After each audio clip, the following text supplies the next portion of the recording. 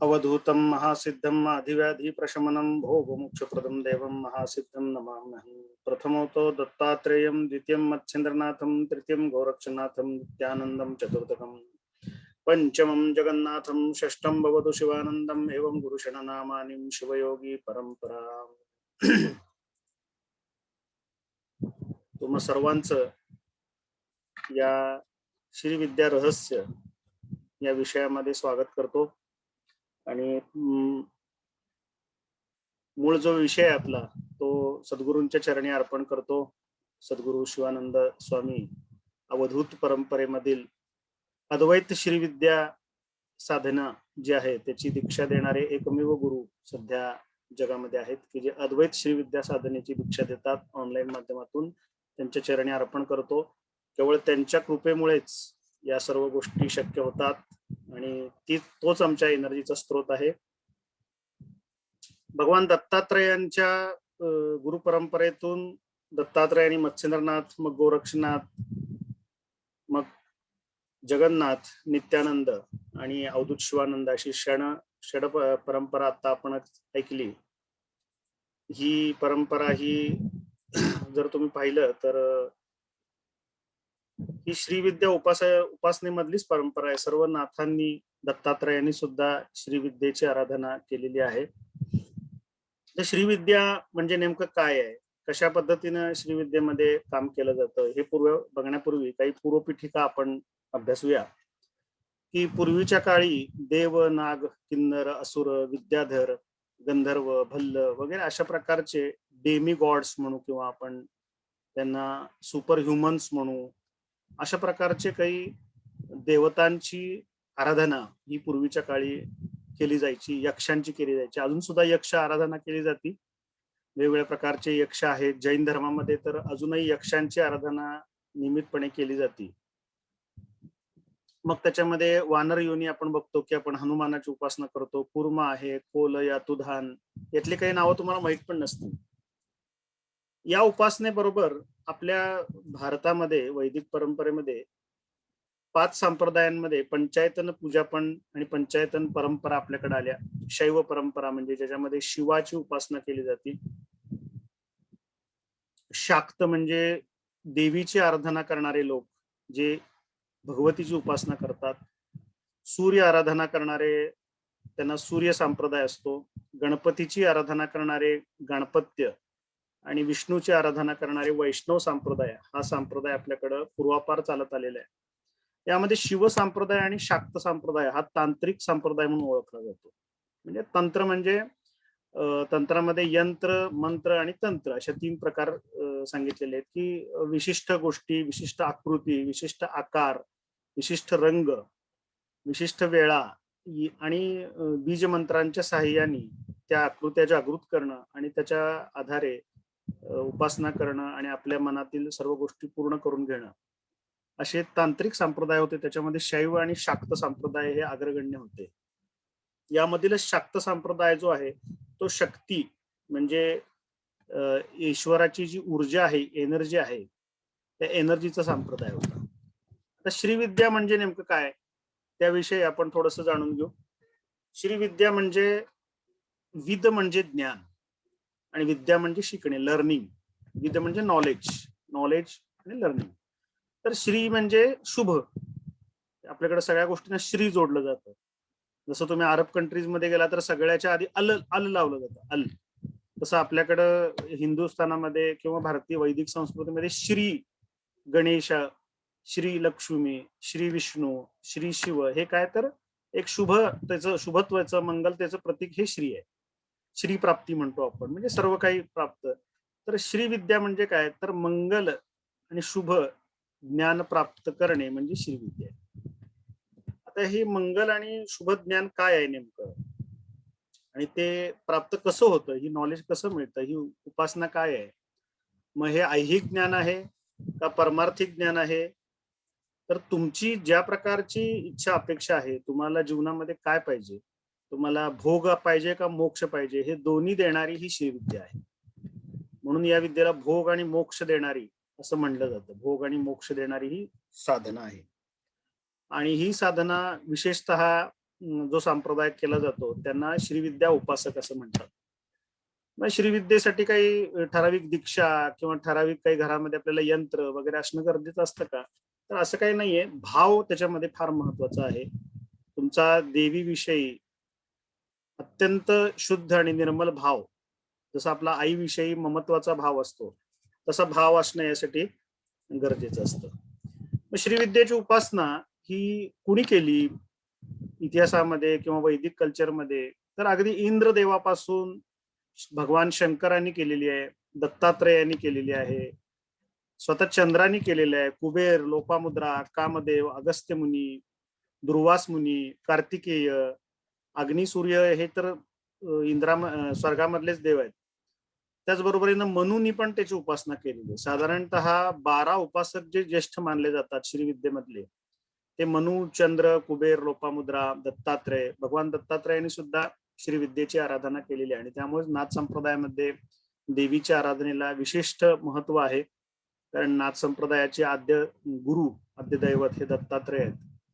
आणि आपण पाहतोय की प्रत्यक्ष भगवंताने उपासना केलेली आहे, मुनींनी केलेली आहे, पंचमहाभूतांपैकी सूर्यानी केलेली आहे, अग्नीनी केलेली आहे. म्हणजे हे जे उपासक आहेत हे त्यांना जेव्हा ही जी पोषक शक्ती, विश्वाला पोषण करणारी जी शक्ती आहे, ही जेव्हा आवश्यक होती त्यावेळी त्यांनी त्या देवतेची आराधना वेगवेगळ्या अवतारांमध्ये केलेली आपल्याला दिसते.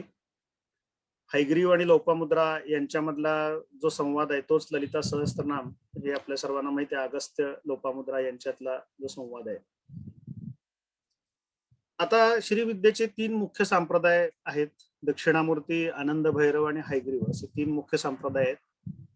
सामान्य माणसांनी जेव्हा प्रापंचिक माणसांनी उपासना करायची असते, ती कशी करायची असते, काय करायची असते, याच्याविषयी मनामध्ये लोकांच्या भरपूर प्रश्न असतात. कारण ही सांप्रदायिक उपासनेमध्ये गुरु शिष्य परंपरा आणि गुरूंनी विशिष्ट ज्ञान किंवा ज्याला आपण दीक्षा म्हणतो, अटोनमेंट म्हणतो, ती अटोनमेंट ही झाल्यानंतरच त्यांना तो अधिकार प्राप्त होतो, अशा हे संप्रदाय आहेत. पण ज्याच्या मनामध्ये भाव आहे, ज्याला देवीविषयी काही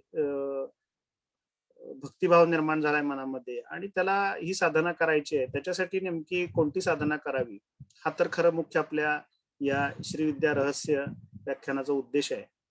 यामध्ये पहिल्यांदा आपल्याला एक जाणून घेतलं पाहिजे की देवी प्रणव हा एक वेगळा असतो. शक्ती संप्रदायामध्ये ह्रीम बीज हे खूप महत्वाचं आहे.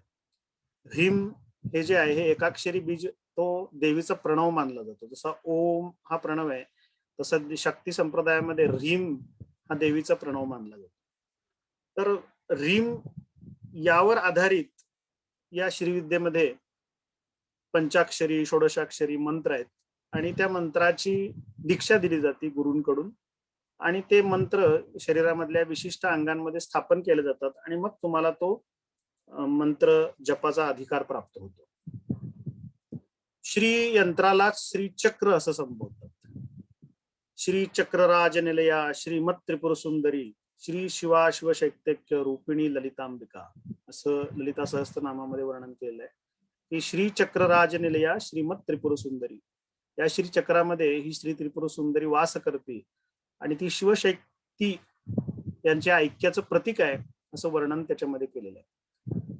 आता ह्या श्रीयंत्रामध्ये ही जी ऊर्जा असते ही कुठली ऊर्जा आहे? हिला आपण आद्य ऊर्जा म्हणू, की जी विश्वाचा आरंभी किंवा विश्वाला चालवणारी ऊर्जा, पोषक ऊर्जा, वैश्विक ऊर्जा, कॉस्मिक एनर्जी ज्याला आपण म्हणतो, ती एनर्जी ही या श्रीयंत्रामध्ये असते आणि त्यामुळे आरंभ स्थिती आणि संहार करण्यासाठी अशी जी आवश्यक ऊर्जा असते म्हणजे उत्पत्ती, स्थिती आणि लय, या 3 अवस्था साधारणतः विश्वामध्ये आहेत आणि या तिन्ही ऊर्जा, या तिन्ही एनर्जीज या श्रीयंत्रामध्ये असतात म्हणून हिला आद्य ऊर्जा म्हणलेली आहे. त्यामुळं श्रीयंत्र उपासनेमध्ये मी जेव्हा सिक्रेट ऑफ श्रीयंत्राचा सेकंड पार्ट घेईन त्याच्यामध्ये तुम्हाला मी श्रीयंत्रामधले दोन्ही क्रम सांगेन. संहार क्रम पण आहे त्याच्यामध्ये आणि स्थिती म्हणजे ज्याला आपण आरंभ क्रम म्हणतो, संहार आणि आरंभ स्थिती हा एक पार्ट केलेला आहे आणि संहार क्रम म्हणजे उत्पत्ती क्रम असं म्हणू आपण त्याला आणि एक संहार क्रम असं म्हणू. तर हे दोन्ही क्रम ह्या श्रीयंत्र आराधनेमध्ये असतात आणि मग तुम्ही कशा प्रकारे उपासना करताय, बॉटम कडून टॉप कडे जात आहे, बिंदूकडे जात आहे, टॉप कडून बॉटम कडे येत आहे का, क्लॉकवाईज जात आहे का, अँटी क्लॉकवाईज जात आहे का, याच्यानुसार तिथल्या देवता ह्या संहार क्रम आणि उत्पत्ती क्रम ह्या दाखवत असतात. आणि त्यामुळे श्रीयंत्रामध्ये या दोन्ही विद्या असतात. भोग पण देणाऱ्या आहेत, मोक्ष पण देणाऱ्या आहेत. या विश्वामध्ये कुठलीही गोष्ट चा अभाव श्रीविद्या साधकाला राहणार नाही अशी खात्री त्या योगिनीने दिलेली आहे. वशिन्यादी वाघ देवता जे आहेत, त्या वशिन्यानी वाघ देवतांनी जेव्हा त्रिपुर सुंदरीची स्तुती केली, तिलाच महात्रिपुर सुंदरीची ललिता सहस्त्रनाम असं म्हणलं जातं. या वाघ देवतेंनी सांगितलेलं आहे की या श्री विद्या उपासकाला कोणत्याही गोष्टीचा अभाव जीवनामध्ये राहत नाही. कोणत्याही, ऐहिक असू दे, पैसा असू दे, धनसमृद्धी असू दे, आरोग्य असू दे, मनशांती असू दे, नॉलेज म्हणजे विद्यार्थ्यांसाठी शिक्षण असू दे, आरोग्याच्या काही समस्या असतील, व्यावसायिक काही समस्या असतील, कर्ज असेल, पुत्रहीनता असेल, या सगळ्या ज्या उपासना आहेत ह्या भोग मार्गामध्ये येतात. आणि परमार्थामधल्या ईश्वर प्राप्ती असेल, समाधी साधना असेल, ध्यान धारणा असेल, या मोक्ष मार्गामधल्या ज्या काही उपासना आहेत किंवा ज्या क्रिया आहेत त्या सुद्धा देणाऱ्या या श्रीयंत्रामधली ही शिवशक्ती युक्त अशी त्रिपुरा सुंदरी या श्रीयंत्रामध्ये असतात. तुम्ही स्लाइड मध्ये बघताय या श्रीयंत्राच्या भूपुरापासून बिंदूपर्यंत 9 पायऱ्या असतात. त्याच्यावर मी पुढच्या लेक्चरमध्ये तुम्हाला अजून विस्तृत माहिती देणार आहे, ज्याला आपण 9 लेवल म्हणतो, की ज्या क्रिएट पासून अकम्प्लिश, क्लिन्झिंग, त्याच्यानंतर protection, implementation, access, activation, fulfilment आणि कनेक्शन टू सुप्रीम गॉड, की जो अनंत आहे त्या अनंताशी जोडण्याचं काम हे श्रीविद्येमधील बिंदू जो असतो त्याच्यावरचा तो करतो. आणि या उपासना ह्या मगाशी सांगितल्याप्रमाणे ऐहिक आणि पारमार्थिक दोन्ही सुख देणाऱ्या आहेत. श्रीविद्या साधना जी आहे ही पारंपरिक पद्धतीमध्ये 2 पद्धतीने केली जाते. एक कौलाचार आणि समयाचार पद्धतीनं श्रीयंत्राची उपासना केली जाते. कौलाचार पद्धतीमध्ये श्रीयंत्राच्या आवरण देवतांची पूजा केली जाते. आवरण देवता तुम्ही स्लाइड मध्ये बघताय की साधारण श्रीयंत्राच्या बेसमध्ये भूपूर असतात, 4 भूपूर, 4 दिशेचे 4 भूपूर असतात. त्यानंतर षोडश दल असतात म्हणजे 16 पाकळ्या, मग अष्टदल असतं, मग 14 त्रिकोण येतात, मग परत दशार म्हणजे बाह्य दशार म्हणजे 10 त्रिकोण, परत अंतर्दशार म्हणजे अजून वरच्या स्टेपला 10 त्रिकोण, मग अष्टार चक्र येतं म्हणजे 8 त्रिकोण येतात, मग त्रिकोण येतो एक साधा, याला 3 बाजू आहेत, आणि मग बिंदू येतो. अशा 9 ज्या लेवल्स आहेत त्याच्यावर वेगवेगळ्या प्रकारच्या, तुम्ही बघितलं डायग्राम मध्ये तर त्याच्यावर नंबर्स टाकलेले आहेत बघा. इथं या देवता वेगवेगळ्या रूपामध्ये तुम्हाला तिथं दिसतील, आणि त्या देवतांची पूजा ही गुरु सांगतात की कशी करायची, कसं त्या देवतांना जागृत करायचं, त्या आवरण देवतांचं आव्हान कसं करायचं, त्यांचं पूजन कसं करायचं, त्यांना सिद्ध कसं करायचं, हे या कौलाचार पद्धतीमध्ये सांगितलं जातं. आणि हे एक तंत्रमार्गातली उपासना आहे. मग त्याच्यामध्ये काही वेळा बिल्वदल आहे, तुलसी दल आहे, सुगंधी फुलं आहेत, हळद आहे, हळदीनं तयार केलेलं कुंकू आहे, विशिष्ट काही सुगंधी द्रव्य आहेत, यांची पूजा, यांच्या द्वारे आराधना, समाराधना ही कौलाचार पद्धतीमध्ये केली जाते. कौलाचार पद्धतीमध्ये सुद्धा 2 प्रकार आहेत आणि समयाचार पद्धतीमध्ये सुद्धा 2 प्रकार आहेत. कौलाचार मध्ये पूर्व कौलाचार आणि उत्तर कौलाचार असे 2 भेद आहेत. पूर्व कौलाचारामध्ये श्री षोडशी तरुणीची पूजा केली जाते प्रत्यक्ष, आणि तिथं मग पंचमकारांची आराधना काही तंत्र मार्गातल्या लोकांकडनं केली जाते. आणि अशा वेळी साधकाची घसरण होण्याची शक्यता असते त्याच्या विचारांची किंवा त्याच्या नैतिकतेची, त्यामुळे तो तेवढा प्रशस्त मार्ग मानलेला नाहीये, तो गौण मार्ग मानलेला आहे. पण कौलाचार पद्धतीमध्ये आवरण पूजा करून, म्हणजे श्रीयंत्रावरच्या देवतांची यंत्राची पूजा करून, मनुष्याची नाही, म्हणजे स्त्रीची पूजा न करता मनुष्याची पूजा करून, मनुष्याची पूजा न करता यंत्राची पूजा करून श्रीयंत्रामध्ये जो त्रिकोणस्थ मध्यबिंदू आहे त्याचं पूजन केलं जातं. ती कौलाचार एक पद्धती आहे. अशा कौलाचार मध्ये पण 2 प्रकार आहेत. तर विशेषतः काय होतं, की जेव्हा आपण भाव न ठेवता यंत्रमार्गाने म्हणजे मेकॅनिकली आपण जर श्रीयंत्र यंत्र म्हणून जर त्याच्याकडे बघायला गेलो, एक मेकॅनिकल डिव्हाइस म्हणून जर आपण त्याच्याकडे बघायला गेलो, तर मग आपली निश्चित घसरण होण्याची शक्यता असते. कारण या श्रीयंत्राची जी अधिष्ठात्री देवता आहे, मी पुढच्या स्लाइडमध्ये अजून समजून सांगणार आहे. तिच्या हातामध्ये पुष्प बाण आहेत आणि हे पंचपुष्प बाण तुम्हाला पंचतन्मात्रेचं स्वरूप आहे. पंचतन्मात्रा कोणत्या आहेत? तर शब्द, रस, रूप, गंध आणि आपल्याला जे रूप दिसतं, स्पर्श, या पाच पंचतन्मात्रांचं प्रलोभन तुम्हाला निर्माण होतं आणि मग साधक हा याच्यामध्ये घसरू शकतो. तर त्यासाठी उत्कृष्ट सांगितलेली सामान्य माणसासाठी पद्धत आहे ती म्हणजे समयाचार पद्धत. या समयाचार पद्धतीमध्ये एक शुद्ध भाव निर्माण करणे आपल्या मनामध्ये आणि अनकंडिशनल लव्ह ज्याला आपण म्हणतो, की महात्रिपुर सुंदरीची आराधना करताना काही यम आणि नियम आहेत, म्हणजे काही डूज आणि डोंट्स आहेत. त्याच्यामधला पहिला जर नियम कुठला असेल तर तो म्हणजे तुमच्या मनामध्ये कोणाविषयी द्वेष जर निर्माण होत असेल तर ही देवी तुम्हाला फलस्वरूप होणार नाही, कारण ती आनंदमयी आणि प्रेम स्वरूप आहे. म्हणून आपण अनेक वेळा भजन लावतो या सप्तशतीच्या आधी, की आनंदमयी, करुणामयी, प्रेममयी परमेश्वरी. ही त्रिपुरेश्वरी कशी आहे? तर ती प्रेम स्वरूप आहे आणि प्रेम स्वरूप असल्यामुळं तिच्याकडे अनकंडिशनल लव जर तुमच्याकडे नसेल तर ती तुम्हाला फलदायी होणं खूप अवघड आहे. आणि त्यामुळं पहिली महत्वाची अट, तुमच्याकडचा भाव जो आहे तो भाव कसा पाहिजे, तर तुमचं निसर्गावर, पृथ्वीवर, आई वडिलांवर, आपल्या पितरांवर, स्वतःच्या शरीरावर, आपल्या नातेवाईकांशी, पतीचं पत्नीशी, पत्नीचं पतीशी, मुलांवर, हे जोपर्यंत अनकंडिशनल लव तुमच्यामध्ये निर्माण होत नाही तोपर्यंत देवी उपासना तुम्हाला फलीभूत झालेली दिसणार नाही. कारण ही महात्रिपुर सुंदरी ही जशी सुंदरतेचं प्रतीक आहे, विश्वामधलं सौंदर्य, निसर्ग जसा तिने निर्माण केलेला आहे तसं प्रेम पण तिने निर्माण केलं आणि म्हणून निसर्ग म्हणजे काय आहे तर प्रेमच आहे ना. आपण एखाद्या आंब्याच्या झाडाला दगड मारून जेव्हा आंबे पाडतो तेव्हा ते आंबे आंबे पडतात खाली, झाड येऊन आपल्याला परत उलट रिव्हर्स आपल्यावर कुठली ऍक्शन घेत नाही, तर ते त्याच्या मोबदल्यात आपल्याला प्रेम देतं, म्हणजे आंबे देतं, फळं देतं, चिक्कू देतं, पेरू देतं. तर हे निसर्ग स्वरूप म्हणून सौंदर्य लहरी जो ग्रंथ लिहिला गेला तो या भगवतीचं स्वरूप आहे, सौंदर्य आहे तिच्यामध्ये. आणि कुठलं सौंदर्य आहे तर विश्वाचं सौंदर्य, विश्वाची निर्मिती, जसं प्रकृती पुरुषामधली प्रकृती येते. मग ही सौंदर्य जे आहे हे सौंदर्य कसं आहे तर प्रेम स्वरूप आहे. आणि म्हणून जोपर्यंत तुमच्या मनामध्ये प्रेमभाव, मग तो कुठे निर्माण झाला पाहिजे तर हृदयामध्ये निर्माण झाला पाहिजे.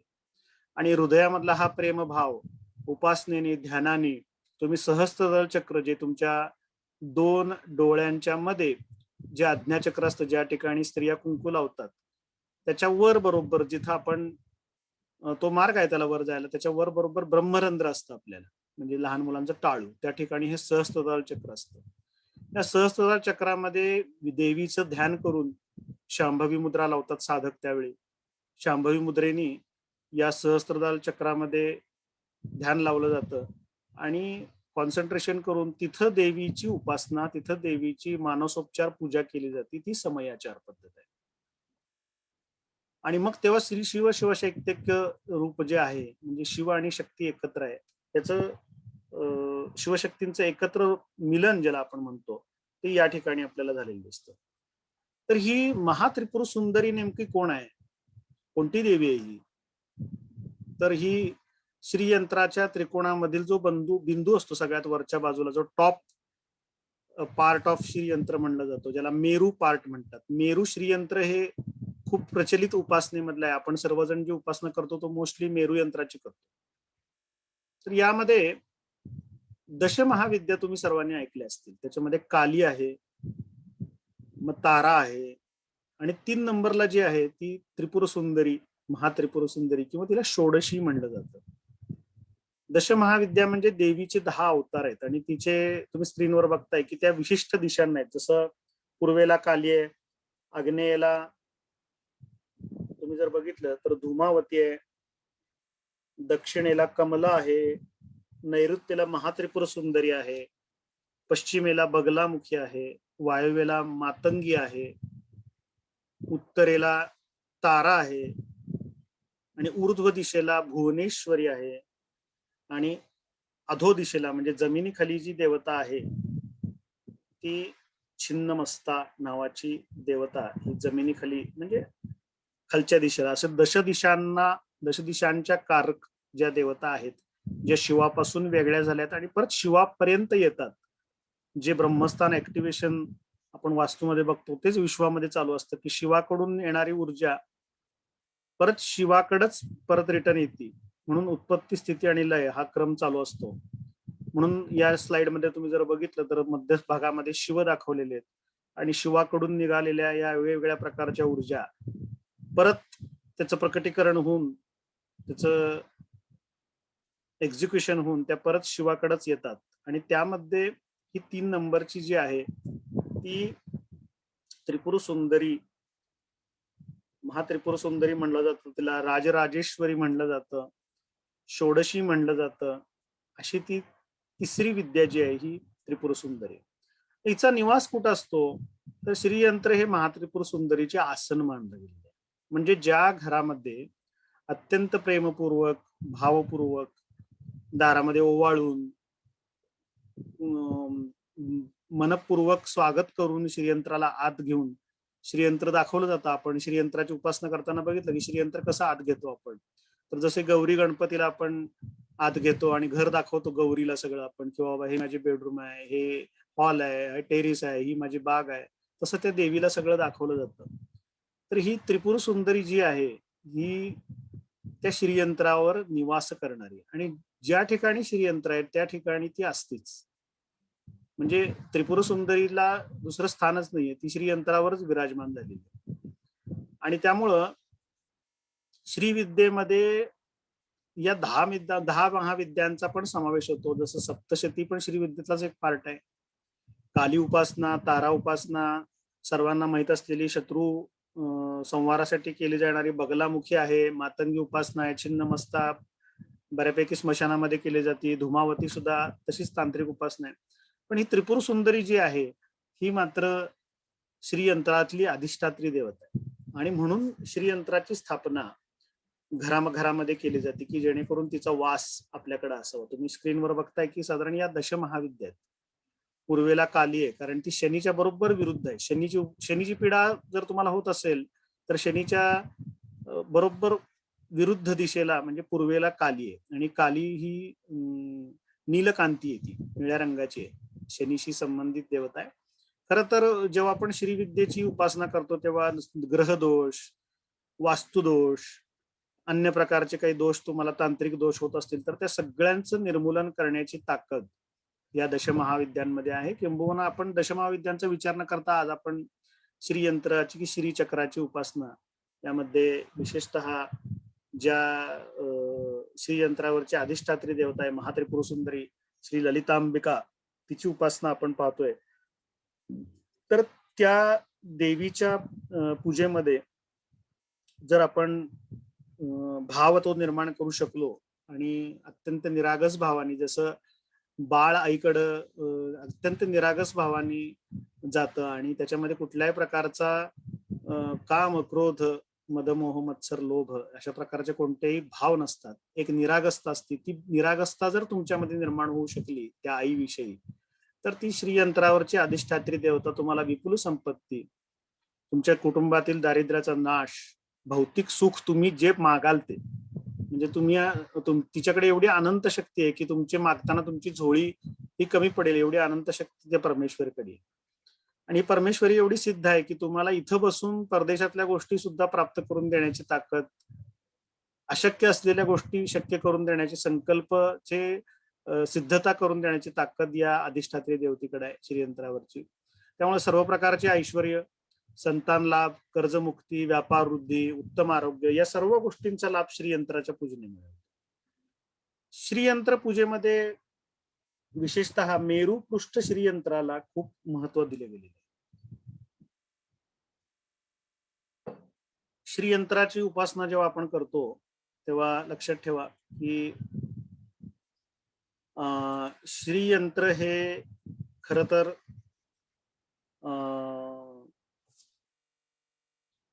मेरुपृष्ठच असावं असं काही लोकांचं म्हणणं आहे, पण तसा खरं तर चुकीचा समज आहे. मेरू मेरू पर्वत हा अस्तित्वातच नाहीये मुळात. मेरू पर्वत ही कॉस्मॉलॉजी आहे, इंडियन कॉस्मॉलॉजी किंवा हिंदू वैदिक कॉस्मॉलॉजी म्हणून तो 52 सहस्त्र योजन दूर पृथ्वीपासून मेरू पर्वत आहे.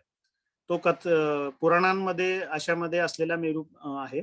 आणि म्हणून तुम्ही जर वेगवेगळ्या मंदिरांची जर स्थापना बघितली, विशेषतः तुम्ही जर साऊथ ईस्ट एशियामध्ये जी मंदिर आहेत, त्याच्यामध्ये तुमचं कंबोडिया आणि इंडोनेशियामध्ये असणारी मंदिर आहेत, त्या मंदिरांची रचना ही मेरू पर्वतासारखी केली गेली.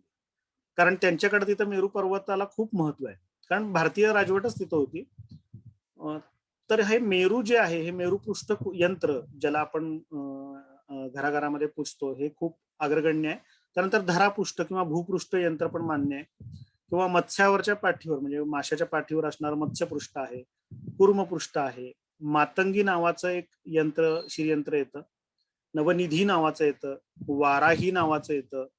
आता हे मातंगी, वाराही ह्या काय आहेत, तर ह्या स्त्री देवता आहेत किंवा शक्ती आहेत त्या देवाच्या. वराहाची शक्ती वाराही, मातंगाची शक्ती मातंगी, नवनिधी ह्या शक्ती आहेत त्या. तर त्या ऊर्ध्वरूपी वगैरे वगैरे अनेक श्रीयंत्राचे पार्ट आहेत, अनेक श्रीयंत्राचे प्रकार आहेत उपासनेमध्ये.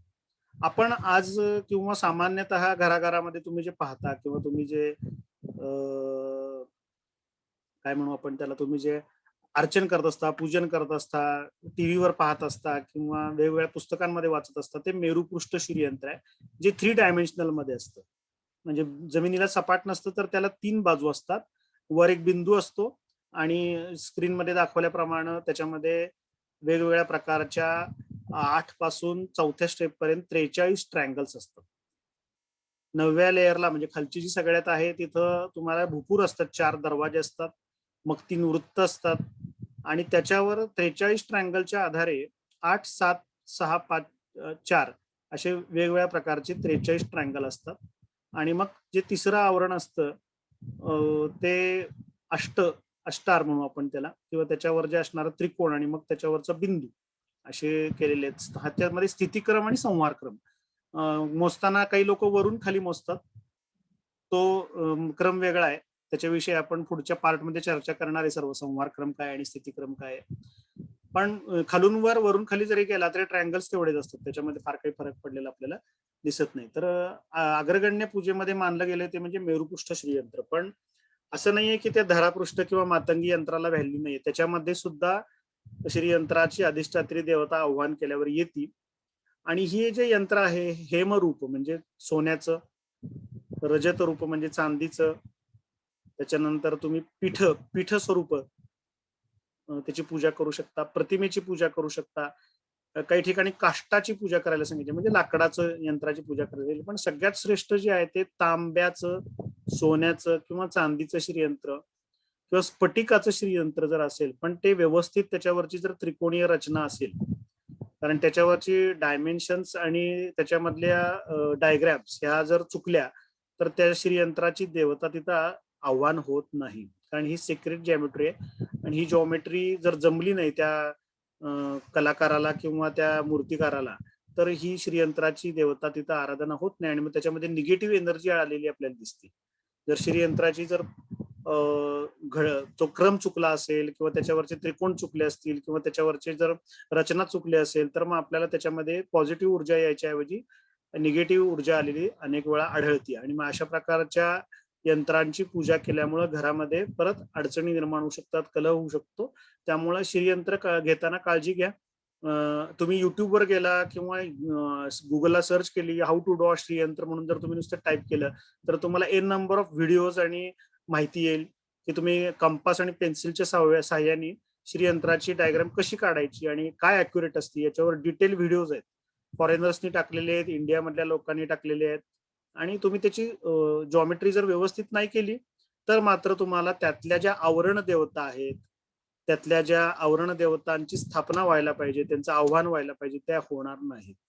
आणि मग त्याच्यातल्या ज्या योगिनी असतात, 64 योगिनी, त्या तुम्हाला दंड द्यायला सक्षम असतात. त्यामुळं शक्ती संप्रदायामध्ये तुम्ही जर चुकला तर या 64 योगिनी तुम्हाला दंडात्मक कारवाई करू शकतात. त्यामुळं भाव फार महत्वाचा आहे. आई आणि मुलांमधला भाव तुमच्याकडे असणं गरजेचं आहे. तरी महात्रिपुर सुंदरी राजराजेश्वरी जी आहे ही पंचप्रेतासीना अशी आहे. पंचप्रेतासनासीना पंचप्रेतासनासीना म्हणजे काय तर देवतांच्या वर विराजमान असलेली अशी ही देवता आहे. आता हे पंच देवता कोणत्या आहेत तर तुम्ही बघताय त्याच्यामध्ये शिव म्हणजे सदाशिव आहे. तुम्ही जर बघितलं तर आजूबाजूला त्या देवतेच्या जर तुम्ही बाजूला बघितलं तर सरस्वती आणि लक्ष्मी तिची चौऱ्या ढळतायत. तिच्या आसनावर बसली आहे त्याच्यामध्ये सर्वात खाली सदाशिव आहेत, मग ब्रह्मा आहेत, विष्णू आहेत, रुद्र ज्याला आपण म्हणतो ईश्वर सदाशिव, असे पंचमहाप्रेत आहेत त्याच्यामध्ये. ही पंचमहाप्रेत जे आहेत म्हणजे काय, प्रेत म्हणजे काय तर ज्याच्यामध्ये चैतन्य नाहीये अशी एक देह की ज्याच्यामधलं चैतन्य निघून गेलं. तर इथं सांगायचं आहे की ही महात्रिपुर सुंदरी ही सदाशिवांचं, ब्रह्माचं, विष्णूचं, रुद्राचं, ईश्वराचं चैतन्य आहे, त्यांची शक्ती आहे. म्हणजे जसं तुमच्या घरामध्ये पंखा आहे, फॅन आहे, एसी आहे, टीव्ही आहे, पण त्याच्यामध्ये इलेक्ट्रिसिटी नाहीये. तर ही इलेक्ट्रिसिटी होल्ड करण्यासाठी जसं आपल्याला अप्लायन्सेस लागतात तशी इलेक्ट्रिसिटी पण तेवढीच महत्वाची. लाईट गेल्यावर या अप्लायन्सेसचा काहीच उपयोग नसतो. समजा इलेक्ट्रिसिटी तुमची विद्युत पुरवठा खंडित झाला, इलेक्ट्रिसिटी नाहीये, तर त्या रिकाम्या टीव्हीकडे तुम्ही काय बघणार आहे. तसं ही देवी म्हणजे काय तर त्यातली इलेक्ट्रिकल एनर्जी आहे. आणि ही डिव्हाइस म्हणजे काय तर ती विष्णू, रुद्र, ईश्वर, सदाशिव जी पंचमहाप्रेत म्हणजे प्रेत का म्हणले त्यांना तर ईश्वराची शक्ती, देवीची शक्ती त्यांच्यामध्ये जेव्हा नसती, शक्तीहीन जेव्हा ते असतात तेव्हा ते प्रेत स्वरूप असतात, म्हणून त्यांना पंचप्रेतासनासीना असं म्हणलेलं आहे. त्यानंतर या देवीचं जर तुम्ही बघितलं तर ही श्रीयंत्रावरच्या ज्या देवतेच्या हिनं रक्तवस्त्र परिधान केलेले आहे, दिसायला अतिशय सुंदर आहे. तिच्या डोक्यावर चंद्र आहे, त्यामुळे हिला विशेष आराधना हिची शुक्ल पक्षामध्ये केली जाते. कारण हिचा उपासक सुद्धा चंद्र आहेच आणि त्याचबरोबरीने हिच्या डोक्यावर हिला षोडशी म्हणलं जातं. षोडशी म्हणजे 16 तिथी आहेत आपल्याकडे, प्रतिपदेपासून पौर्णिमा आणि अमावस्या. या जशा पौर्णिमा अमावस्या 2 सोडल्या तर बाकीच्या प्रतिपदा ते चतुर्दशी या कॉमन आहेत. आणि ही जी नित्या देवी आहे म्हणजे रोजच्या कामासाठी लागणार बळ, रोजच्या कामासाठी लागणारी ऊर्जा ही नित्या देवी आपल्याला त्रिपुर सुंदरी देत असते. आणि त्यामुळे त्या ज्या षोडश कला आहेत, चंद्राच्या षोडश कला, त्या तिच्या डोक्यावर आपल्याला दिसतात. तिच्याकडे 4 आयुध आहेत. पहिलं आयुध जर बघितलं तर तुम्ही पाश आहे. पाश म्हणजे काय तर तिच्याकडे प्रेमरूपी पाश आहे. तो आपण त्याचा नकारात्मक अर्थ नाही काढायचा. बांधण्यासाठी कुठल्या कशाने बांधण्यासाठी तर प्रेमानं बांधण्यासाठी पाश दिलाय तिला. अंकुश कशासाठी आहे तर द्वेषावर अंकुश. द्वेष तुमच्या मनात जर असेल तर देवी येणार नाही, म्हणून द्वेषावर अंकुश म्हणजे मग नातेवाईकांचा असू दे, घरातल्या व्यक्तींचा असू दे, आजूबाजूच्या व्यक्तींचा असू दे, राजकारणामध्ये असू दे. अनेक लोकांना आता कोरोनामध्ये तर खूप लोक आज न्यूज बघतात आणि मग राजकीय पक्षांचा, राजकीय व्यक्तींचा द्वेष करतात, तर तो द्वेष देवीला मान्य नाही. वैचारिक मतभेद ती एका जागी आहेत, पण द्वेष तुम्ही करू नका, म्हणून तिने हातात अंकुश घेतलेला आहे. त्यानंतर तिच्याकडं हातामध्ये इक्षुदंड आहे. इक्षुदंड त्याला इक्षुधनू म्हणलं जातं. इक्षुधनू म्हणजे इक्षु बाण, इक्षु म्हणजे ऊस, आणि हा ऊस तिनं धारण केलेल्या हातामध्ये त्याला दंड म्हणतोय आपण, किंवा त्याचा बाण तयार केलेला आहे म्हणून. धनु म्हणजे धनुष्य. धनु म्हणजे काय धनुष्य. तर संकल्प विकल्पात्मक क्रियायुक्त मन, संकल्प विकल्पात्मक क्रियायुक्त मन हे इक्षुदंड आहे. आणि संकल्प विकल्पात्मक क्रियायुक्त मन म्हणजे काय तर ज्या प्रकारे तुम्ही तुमचं मन याचं कंपॅरिझन ह्या इक्षुदंडामधल्या म्हणजे ऊसाच्या रसाशी केलेलं आहे. इक्षु म्हणजे ऊस, ऊसाचा जो रस असतो, गोड रस असतो, तर त्याचं कंपॅरिझन हे मनाशी केलेलं आहे. आणि संकल्प विकल्पात्मक क्रियायुक्त मनाचा संबंध इक्षुदंडाशी आहे. आणि तिच्याकडे पंच पुष्प बाण आहेत. तर पंचपुष्प बाण हे कशासाठी आहेत तर ज्या पंचतन्मात्रा आहेत स्पर्श, रस, रूप, शब्द आणि गंध यांचा या पंचबाणाशी संबंध आहे. आणि त्यामुळं ज्यावेळी आपण देवीची आराधना करायला लागतो तेव्हा आपल्याला अशा काही अनुभूती येतात की त्या देवी समोर बसल्यावर आपल्याला अमुक अमुक गोष्ट खाऊ वाटते, म्हणजे रस त्याच्यामधला. आणि सुरुवातीला या शूद्र सिद्धी तुम्हाला फल देण्यासाठी तुमच्या साधना वाया जाते.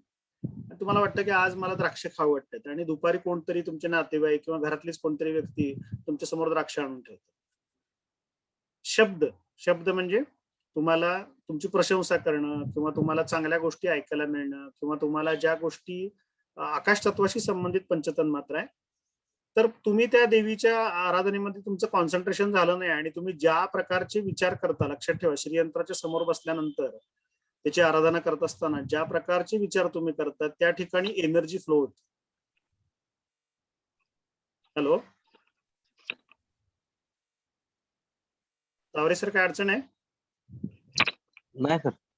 हा, तर ज्या प्रकारचे तुमची आराधना करत असताना विचार मनामध्ये तुमच्या असतात की समजा मला आज विशिष्ट प्रकारचा गंध आलाय आणि मग मला असं वाटलं की शेजारच्या घरामध्ये काही पदार्थ तयार केले आणि त्याचा वास मला उपासनेच्या वेळी आला, तर ते पदार्थ देवी सुरुवातीला तुमच्या समोर आणून ठेवते. आणि त्यामुळं या पंचबाणांचे आता ह्या पंचबाणांना पुष्पबाण म्हणलेले आहे, म्हणजे जे मारल्यानंतर लागत पण नाहीत, पण त्यांचा परिणाम मात्र तुमच्यावर होत असतो. हे पुष्पबाण आहेत. पुष्पबाण म्हणजे फुलापासून तयार केलेले बाण. तर हे 5 बाण तिच्या हातामध्ये पंचमहाभूतांच्या पंचतन मात्रेचे प्रतीक असे बाण तिच्या हातामध्ये दिलेले. आणि सुरुवातीच्या काळात ती तिचे बाण तुमच्यावर चालवत असते. तुम्ही किती छान उपासना करता, साधना करता, त्याच्यावरती अजून तुम्हाला जवळ करते तिच्या. आणि मग तुमच्या या जन्मातील नव्हे तर मागच्या काही जन्मातील पाप किंवा शाप किंवा तुम्ही केलेलं चुकीचं कर्म याचं निरसन करायचं, ज्याला आपण बर्निंग ऑफ कर्मा म्हणतो, त्याचं काम ही महात्रिपुर सुंदरी करत असते. आणि हिची आराधना विशेषतः कुंकुमार्चनाने केली जाते. त्यामध्ये अनेक स्तोत्र आहेत. विशेष गणलं जाणारं स्तोत्र म्हणजे ललिता सहस्त्रनाम स्तोत्र, ज्याच्यामध्ये देवीची 1000 नाव आहेत. त्यानंतर ललिता त्रिशती स्तोत्र आहे, ज्याच्यामध्ये ललिता देवीची 300 नावं आहेत. त्याच्यानंतर देवी खडगमाला स्तोत्र म्हणून एक आहे, अतिशय साधकांकडून त्याचा रोजचा पाठ केला जातो, कारण त्या खडगमाला स्तोत्रामध्ये देवीच्या आवरण पूजेमध्ये असलेल्या सर्व संक्षोभन चक्रापासून ते बिंदू चक्रापर्यंतच्या प्रत्येक देवतांचं वर्णन आणि त्याच्यामधल्या देवता यांची माहिती आणि त्यांचं नमन या स्तोत्रामध्ये केलेलं आहे. त्याच्यानंतर नामावली, सहस्त्र नामावली, त्रिशती नामावली, त्रिपुरा सुंदरी महिम्न स्तोत्र काही जण म्हणतात. वेगवेगळ्या प्रकारची श्री चक्रराज स्तुती अशी पण एक क्षमापण स्तोत्र आहे, किंवा त्रिपुरा लक्ष्मी कवच आहे, षोडशोत्तर शतनाम आहे, षोडशी सहस्त्रनाम आहे. अशा अनेक प्रकारचे देवीच्या स्तोत्रांनी तुम्ही तिची आराधना करू शकता. तर श्रीयंत्राची जेव्हा तुमच्याकडं कोणत्याही प्रकारे जेव्हा प्रतिमा म्हणू आपण किंवा त्याची 3 डायमेन्शनल यंत्र तुमच्याकडे जेव्हा असतं तेव्हा ते कुंकुमार्चनाने तिची आराधना केली जाते आणि ते जागृत केलं जातं. आणि फक्त पौर्णिमेला त्याला स्नान घालायचं असतं. बाकीचे जे दिवस आहेत 29 दिवस त्याची पंचोपचार पूजा केली जाते. गंध, धूप, फूल, त्याच्यानंतर गंध, धूप, दीप, गंध, फूल आणि नैवेद्य अशा 5 पंचोपचारांनी तिची रोज पूजा करायची असते आणि कुंकुमार्चन केलं जातं. हे ललिता सहस्त्रनाम जे स्तोत्र आहे, हे ललिता सहस्त्रनाम स्तोत्रांच्या आराधना किंवा त्रिशतीची आराधना किंवा खडगमालेची आराधना तुम्ही रोज करू शकता. यामुळं तुमच्या घरामध्ये कोणत्याही प्रकारच्या डिझास्टर्स, ज्याला आपण म्हणू, कोणत्याही प्रकारची आपत्ती येण्याची शक्यता खूप कमी असते. आणि जेवढी आराधना तुम्ही वाढवाल, जेवढी साधना तुमची वाढवाल, तेवढ्या प्रकारे तुमच्याकडं विशिष्ट प्रकारच्या या देवीची कृपा तुमच्यावर झालेली आपल्याला आढळते. त्यामुळं हे जर तुम्ही बघितलं तर या स्तोत्राच्या फलश्रुतीमध्ये असं म्हणलेलं आहे ते सर्वापमृत्यू शमनम कालमृत्यू निवारणम सर्व ज्वरातीर्शमनम दीर्घायुष्य प्रदायकम.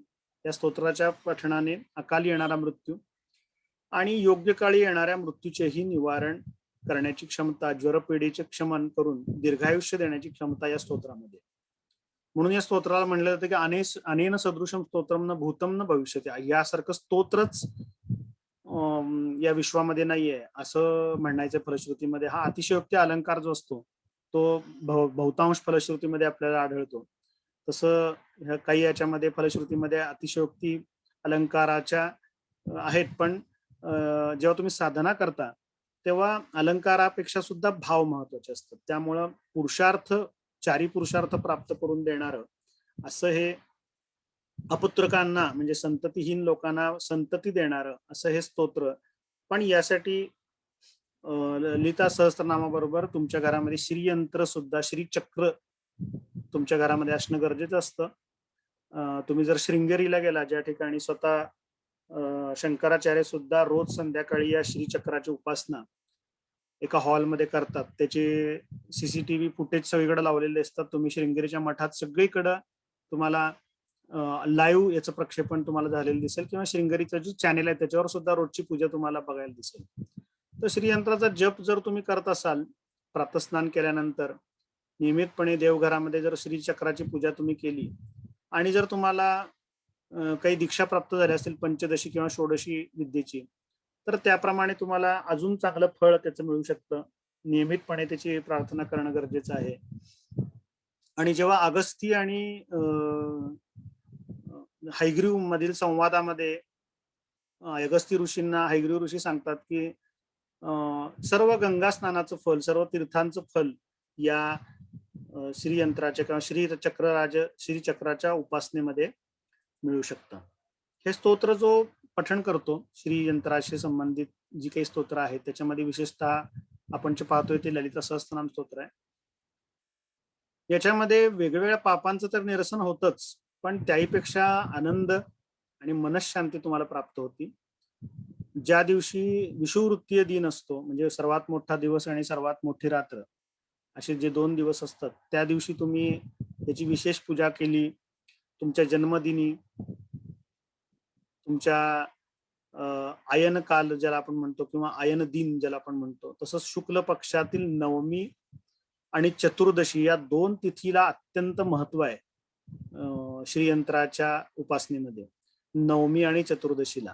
तसंच विशेष महत्व आठवड्यामधल्या शुक्रवारी आहे आणि पौर्णिमेच्या दिवशी चंद्रबिंबामध्ये, म्हणजे पौर्णिमेच्या वेळी जेव्हा चंद्रोदय होतो संध्याकाळी सूर्यास्तानंतर, तेव्हा एक जर चंद्रबिंबामध्ये ललिता मातेला ध्यान करून जर तिचं सहस्रनामाचं पठण तुम्ही केलं तर विशिष्ट प्रकारचा अमृत रस, ज्याला आपण सोमरस म्हणतो, हा सहस्त्रदल चक्रामधून तुमच्या पाझरतो आणि तुम्हाला एक वेगळ्या प्रकारची अनुभूती, मनशांती, आनंद हा प्राप्त होतो. त्यामुळं श्रीयंत्र उपासनेमध्ये नवमी, पौर्णिमा, चतुर्दशी शुक्ल पक्षातली नवमी आणि शुक्रवार यांना खूप महत्व आहे. विशेष आराधना या दिवशी जर तुम्ही केली, तुलसी अर्चनानी किंवा बिल्व अर्चनानी, सुगंधी फुलांनी, चाफ्याच्या फुलांनी, मोगऱ्याच्या फुलांनी, कुंदाच्या फुलांनी, तर त्याच्यामध्ये तुम्हाला साक्षात तुमचे संकल्प काही दिवसामध्ये फलद्रूप झालेले आढळतात. फक्त त्यामध्ये तुमचा संकल्प हा प्युअर पाहिजे. दुसऱ्याचं वाईट होऊन माझं चांगलं व्हावं असा संकल्प असेल तर ते देवीला मान्य नाहीये. अनकंडिशनल लव्ह जर असेल, त्याच्यामध्ये तुमचं मुलांविषयी काय असेल, बायकोविषयी असेल, घरातल्या लोकांविषयी असेल, तर ते या विशिष्ट दिवशी, म्हणून इथं मी मुद्दाम तुम्हाला फलश्रुतीचे श्लोक दिलेत की संक्रांतो विषुवे चैव स्वजन्म तृतीये नाही, म्हणजे स्वतःच्या जन्मदिवशी सुद्धा तिथीला तुम्ही स्वतःचा जन्मदिवस कसा साजरा करावा हे सुद्धा त्याच्या फलश्रुतीमध्ये सांगितलेलं आहे. नवम्या वा चतुर्दश्याम सीतायाम शुक्रवासरे कीर्तये नाम्न साहस्त्रम पौर्णिमास्यम विशेषतः पौर्णिमास्याम चंद्रबिंबे ध्यात्वाम श्री ललितांबिकाम. म्हणजे पौर्णिमेच्या एखादं जर साधकाकडं चांगली टेरेस असेल आणि संध्याकाळी 7-7:30 नंतर, आता खूप मोकळी हवा चालती, आता थोडा पाऊस सोडून द्या, पण चंद्र दिसत असेल आणि तुम्ही चंद्रावर ध्यान करून चंद्राच्या प्रकाशामध्ये जर ललिता सहस्रनाम स्तोत्र म्हणायला बसला, प्राणायाम करून थोडस जर तुम्ही लवकर जेवला असाल सकाळी 11:30-12 वाजता आणि तुमचं पोट रिकामं झालं असेल, ध्यान लागू शकेल अशी जर तुमची मनाची अवस्था असेल, तुम्ही फार दमलेले नसाल, तर चंद्राच्या प्रकाशामध्ये पौर्णिमेच्या रात्री चंद्रप्रकाशात जर तुम्ही ललिता सहस्त्रनामाचं ध्यान करून त्या देवीला जर चंद्राच्या बिंबामध्ये तुम्ही जर बसवलं, म्हणजे आपण म्हणू की मानस पूजा केली आपण तिथं तिच्या चंद्रबिंबामध्ये, तर तुमचे विशेष संकल्प फलद्रूप होतात. त्यासाठी श्रीचक्राची गरज नाही असं इथं सांगितलेलं आहे. त्याचबरोबरीनं पंचोपचार पूजा करायला सांगितलेली आहे. पंचोपचारे समपूज्यम पठेत नाम सहस्त्रकम सर्व रोग प्रणश्यंती दीर्घायुष्यम च विंदती. रोज देवीची गंध, पुष्प, धूप, दीप आणि नैवेद्याने पूजा करायची. स्नान घालायची गरज नसती श्रीयंत्राला.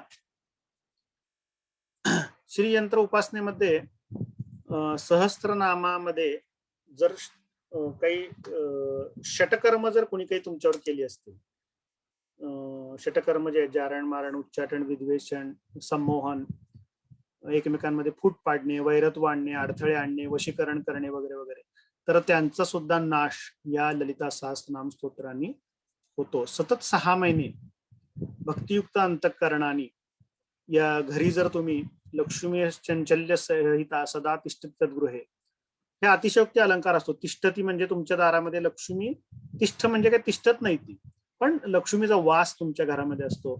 मासमेकम प्रतिदिनम त्रिवारम य पठेंद्र, म्हणजे तुम्ही 1 वेळा, 2 वेळा किंवा 3 वेळा 6 महिने जर घरामध्ये ललिता सहस्त्रनामाचा प्रयोग केला तर हा धनदायक प्रयोग सांगितलेला आहे.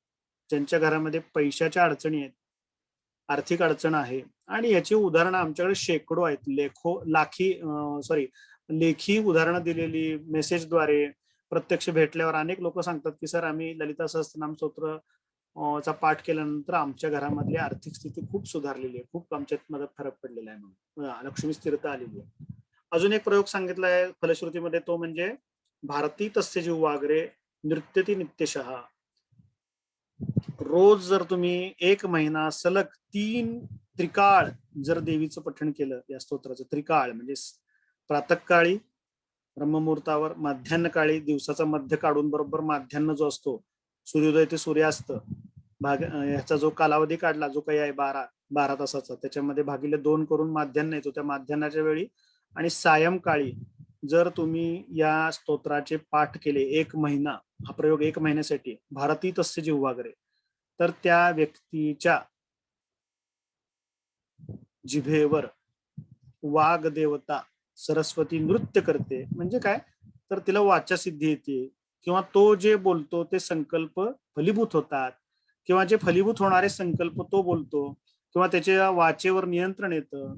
ललिता सहस्त्रनाम स्तोत्र म्हणणाऱ्या व्यक्ती या अनावश्यक बडबड बंद करतात. त्यांच्या जीवनामधले अनावश्यक मित्र परिवार, अनावश्यक जीवनातली लोक, अनावश्यक जाणारा वेळ, हा बरोबर देवी कमी कमी कमी कमी कमी करत आणते. आणि याचे अनुभव हे खूप लोकांनी घेतलेले आहेत. त्यामुळं हा प्रयोग 1 महिना करायचा आहे. त्रिकाळ ललिता सहस्त्रनामाचं वाचन केलं तर तुम्हाला ती वाचासिद्धी ही प्राप्त होती. ललिता सहस्त्रनामचा संबंध ज्याच्याशी आलेला आहे, म्हणजे ललिता सहस्त्रनाम जो रोज म्हणतो किंवा सकाळ संध्याकाळ म्हणतो, अशा व्यक्तीच्या संपर्कामध्ये, अशा व्यक्तीच्या ऑरामध्ये जर तुम्ही गेला तरी सुद्धा तुमच्या अनेक अनेक जन्माच्या पापांचं निरसन होण्याचे दाखले याच्यामध्ये दिलेले आहेत. ललिता सहस्त्रनाम स्तोत्र याचं इतकं महत्व दिलेलं आहे की या स्तोत्राच्या पठणाने, जो पठण करतो त्याला देवी प्रसन्न होती, आणि त्या साधकावर त्या देवीची कृपा छाया तो ज्या ठिकाणी जाईल, म्हणजे तुम्ही समजा वास्तू कन्सल्टंट तर वास्तूमध्ये जाताय, तुम्ही डॉक्टर आहे तर हॉस्पिटलमध्ये जाताय, तुम्ही जर वकील आहे तर कोर्टात जाताय, तुम्ही इंजिनियर आहे तर साईटवर जाताय, कंपनीत जाताय, तर तुमच्या बरोबर ती देवतीचे छायाछत्र हे तुमच्या बरोबर सतत राहिलेलं असतं. आणि हे सिद्ध पुरुषांना जाणवते. तुम्ही गेल्यानंतर तुम्हाला विचारतात, काय रे तू देवीची आराधना वगैरे काय करतोयस का, देवीची उपासना करतोयस का, हे जाणवतं. हे जे स्तोत्र आहे हे जर कोणी पुस्तकामध्ये लिहून काढलं रितसर, म्हणजे जर जसं आहे तसं बघून लिहून काढलं तरी सुद्धा हा एक प्रयोग आहे. अशामध्ये सुद्धा त्या देवतेची कृपा ही तुमच्यावर प्राप्त होती. पूर्वीच्या काळी आपण बघायचो की गुरुचरित्र लोक लिहायची किंवा अन्य काही पोथ्या लिहून काढायची, तसाच हा प्रयोग आहे. विशेषतः अश्विन महिन्यामध्ये जर तुम्ही हे स्तोत्र लिहून काढलं तर तुमच्यावर विशिष्ट कृपा देवतेची होती.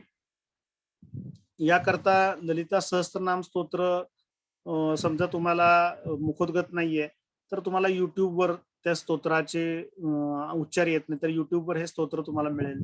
तुम्ही ते ऐकून म्हणू शकता. त्याच्या PDF फाईल गुगलवर आहेत आणि वेगवेगळ्या प्रकारच्या फुलांनी तिचं अर्चन करायला सांगितलेलं, म्हणजे तुळशी, कल्हार, कदंबक, चंपक, जाई, मोगरा, बिल्वपत्र, कुंदाची फुलं, केसर, केवडा, बटमोगरा, अशा वेगवेगळ्या प्रकारच्या चाफा म्हणू आपण त्याला, सुगंधी फुलांनी जर तुम्ही याचं पूजन केलं तर तुम्हाला ललिता देवी ही प्रसन्न होऊन तुमचे संकल्प पूर्ण करते.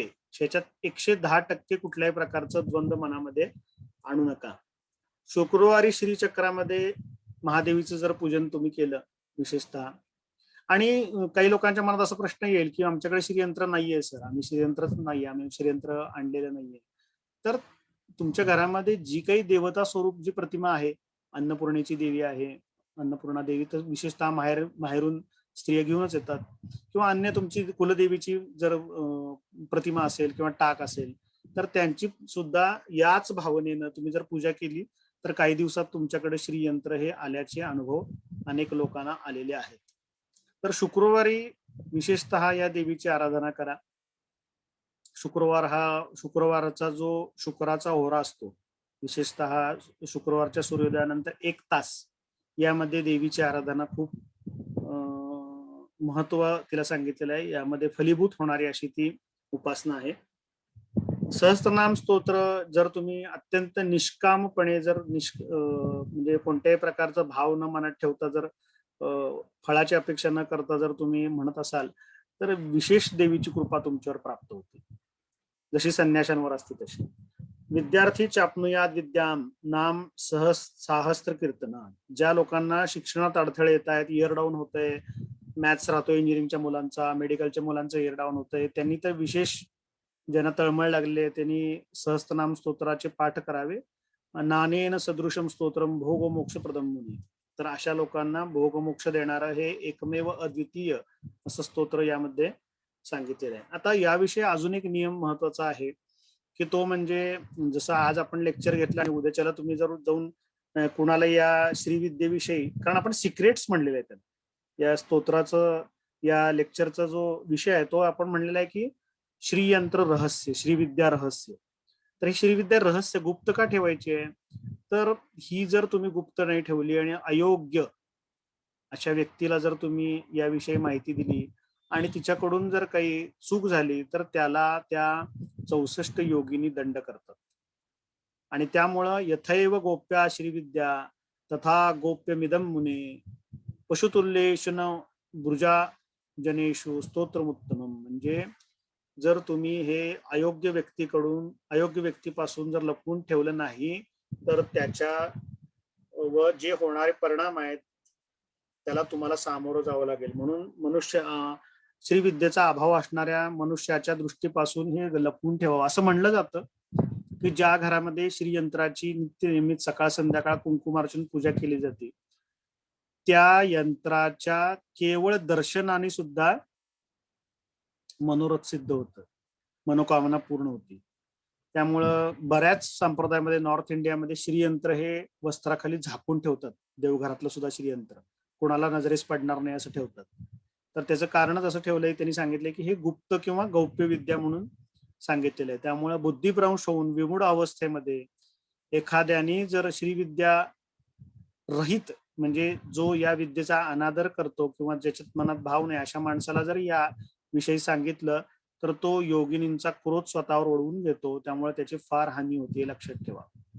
तस्मै कुप्यंती योगिन्य. कुप्यंती म्हणजे राग येणं, कोप होणं. सो अनर्थ समूहान स्मृतः. अशा प्रकारचं हे श्रीयंत्र आहे. आणि ही श्रीविद्या ही श्रीयंत्राशिवाय होणं ही मुश्किल आहे. याच्या पुढच्या पार्टमध्ये आपण पाहणार आहे तो म्हणजे श्रीविद्येमध्ये असणाऱ्या, श्रीचक्रामध्ये असणारे वेगवेगळ्या प्रकारची 9 स्टेप्स, ज्याला आपण वेगवेगळ्या प्रकारची आवरण म्हणून 9 आवरण, त्यांच्यावरचे देवता, त्यांच्यातला उत्पत्तीक्रम आणि संहारक्रम आणि त्याची पूजा कशी करावी याविषयीची माहिती आपण दुसऱ्या पार्टमध्ये जाणून घेणार आहे. आता आपण शेवटच्या 10 मिनिटांमध्ये तुम्हाला काही शंका असतील उपासनेमधले किंवा लेक्चर संबंधी तर त्या मला विचारू शकता.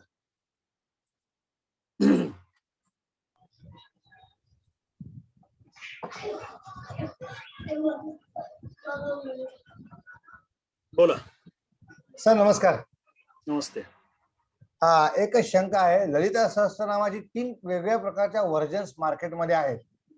एका मार्केटमध्ये जवळजवळ ललिता सहस्त्रनाम जे आहे त्याच्या अर्धा असलेला पूर्वार्ध आणि मग फलश्रुती आहे, आणि दुसऱ्या पुस्तकांमध्ये फक्त 1 ते 1000 सहस्त्रनामांचं स्तोत्र आहे. त्यात पूर्वार्ध आणि उत्तरार्ध नाहीये. तर कुठलं स्तोत्र अधिक चांगलं? कारण सगळ्याची फळं चांगली मिळतात, प्रसन्नता वाटते, हे खरं आहे. ठीक आहे, ठीक आहे, लक्षात आला माझा प्रश्न. तर यांचा प्रश्न असा आहे की श्रीयंत्रामध्ये आपल्याला जे श्रीयंत्र उपासनेमध्ये जे आपण ललिता सहस्त्रनाम वापरतो त्याच्यामध्ये पुस्तकामध्ये 3 पार्ट आहेत. एक मध्यम चरित्र जे आहे ते ललिता सहस्त्रनाम स्तोत्र आहे खरं तर, आणि पूर्व चरित्र आणि उत्तर चरित्र म्हणून पार्ट आहेत. जे उत्तर चरित्र आहे ते तुम्ही स्क्रीनवर बघताय, त्याला फलश्रुती म्हणतात उत्तर चरित्राला, ती रोज वाचायची गरज नाहीये. आणि पूर्वचरित्र ही त्याची पार्श्वभूमी तयार केलेली आहे, श्रीयंत्राच्या श्रीचक्र उपासनेची पार्श्वभूमी आहे. तर म्हणायचं आहे काय रोज नेमकं, तर ललिता सहस्त्रनाम स्तोत्र मंत्रस्य वशिन्यादि वागदेवता ऋषेह अनुष्टुप छंद हा इथपासून सुरुवात झालेलं जे मध्यम चरित्र आहे एवढ्याचाच फक्त तुम्ही पाठ करायचं. त्यामुळं पाठक तुम्ही प्रश्न खूप छान विचारलाय की ह्या सगळ्या ज्या संपूर्ण पूर्वचरित्र आणि उत्तर चरित्र जर आपण वाचलं तर त्याला जवळजवळ 1.5-2 तास वेळ लागतो, ते खूप मोठं आहे. त्यामुळं ललिता सहस्त्रनाम स्तोत्र वाचताना फक्त मध्यम चरित्र वाचायचं, आणि ते सुद्धा ज्या ठिकाणी ललिता सहस्त्रनाम स्तोत्र माला महामंत्रस्य वशिन्यादि वागदेवता ऋषी अनुष्ठुप छंद अशी सुरुवात आहे, तिथून ते श्रीचक्र राजनिलया श्रीमत त्रिपुर सुंदरी श्री शिवा शिवशक्त्यक्य रूपिणी ललितांबिका असं साधारण 182 ओव्यांचं ललिता सहस्त्रनाम स्तोत्र आहे. 182 म्हणजे शेवटची जी ओळ आहे श्री शिवा शिवशक्त्यक्य रूपिणी ललितांबिका ही अर्धी ओळ आहे, त्यामुळे तिला 182 आणि ती अर्धी अशी 182 हा त्याच्यामधला काय म्हणू आपण त्याला एकूण उपोद्घात आहे. आणि ब्रह्मांड पुराणामध्ये उत्तरखंडामधलं हयग्रीव अगस्त्य ऋषींच्या संवादाचं जे स्तोत्र आहे तेच म्हणायचंय, सहस्त्रनामावली म्हणायची नाही.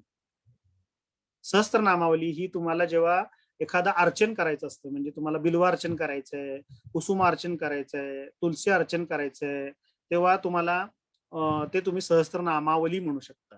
पण जेव्हा तुम्ही स्तोत्र आणि नामावलीमध्ये काय फरक आहे, तर स्तोत्राला ऋषी, देवता, शक्ती ह्या सगळ्या असतात, नामावलीला त्या नसतात. नामावली म्हणजे काय, जसं स्तोत्र काय तर श्रीमाता श्री महाराज्ञी श्रीमत सिंहासनेश्वरी, तर श्रीमाते नमः, ओम श्री महाराज्ञे नमः, ओम श्रीमत सिंहासनेश्वरे नमः, असं त्याचं एक एक पृथक्करण करून 1000 नावं वेगळी केली. तर तुम्ही स्तोत्र म्हणताना ज्याच्यामध्ये ऋषींचा, त्याच्यानंतर बीजाचा, किलकाचा, शक्तीचा उच्चार केलेला आहे असं स्तोत्र म्हणणं अपेक्षित आहे, त्याचेच फळ तुम्हाला मिळू शकतं. डॉक्टर गव्हाणे विचारतायत की श्रीयंत्र ऑनलाईन घेतलं तर चालते का आणि कोणते घ्यावे, लिंक सेंड करावी. श्रीयंत्र ऑनलाईन घेतलं तरी चालतं, पण मी सांगितलं त्याप्रमाणे आपणही श्रीयंत्र योग्य पद्धतीनं जे जॉमेट्री आहे असलेलं देतो.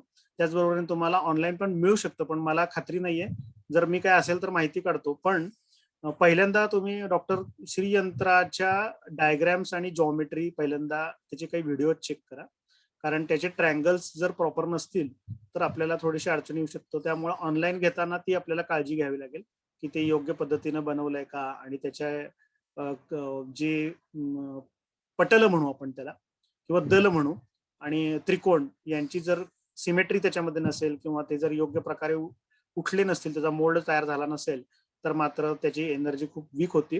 त्यामुळे ऑनलाईन घेताना ही काळजी घ्यावी. सर अजून एक प्रश्न आहे. बोला. कुंकुमार्चन करून करून जे कुंकू साठलेल्या डब्यांमध्ये त्याचं काय करायचं?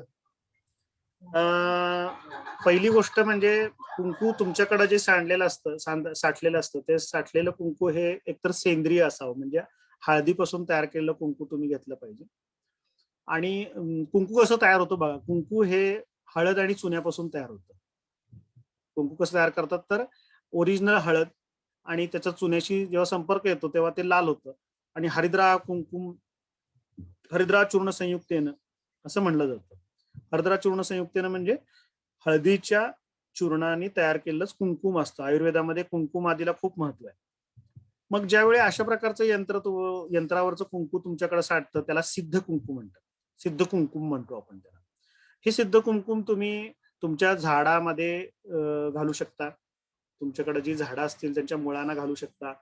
तुम्ही तुमच्या घरामध्ये वास्तुदोष निवारणार्थ जेव्हा तुमची फरशी पुसता तेव्हा त्या पाण्यामध्ये ते वापरू शकता. तुम्ही तुमच्या महत्वाच्या कामाला जाताना तुमच्या पर्समध्ये किंवा तुमच्या वॅलेटमध्ये किंवा वॉलेटमध्ये किंवा तुम्ही ते थोडंसं पाण्यामध्ये चिमटभर टाकून पिऊ शकता, कारण ते अँटीसेप्टिक आहे, हळद आहे त्याच्यामध्ये. दुसरी गोष्ट, हे कुंकू जे आहे, तुम्ही जर वास्तू कन्सल्टंट असाल तर तुम्ही ती ऊर्जा ती तुम्ही वास्तूमध्ये जेव्हा रत्नस्थापना करता तेव्हा ते ब्रह्मस्थानामध्ये, आम्ही तर आमच्या क्लायंटच्या सगळ्यांच्या ब्रह्मस्थानामध्ये ते श्रीयंत्रावरचं कुंकू निक्षेप करतो. तुमच्याकडे जर काही ज्योतिषाचे क्लायंट येत असतील किंवा काही मित्र परिवार असतील तर त्यांना तुम्ही ते लावायला देऊ शकता. अशा अनेक उपयोग श्रीयंत्रावरच्या कुंकाचे असतात. हे सिद्ध कुंकू शक्यतो तुम्ही काचेच्या बरणीत ठेवा, कारण काचेच्या बरणीतलं कुंकू हे टिकतं. अदरवाईज त्याला किडे लागतात. प्लॅस्टिकमध्ये जर तुम्ही ठेवलं ते कुंकू तर त्याला एक इंद्रगोप नावाचा किडा असतो, साधारण तो कुंकवामध्ये राहायला पसंत करतो. तो किडा लागतो आणि त्यामुळे कुंकू खराब होऊ शकतं.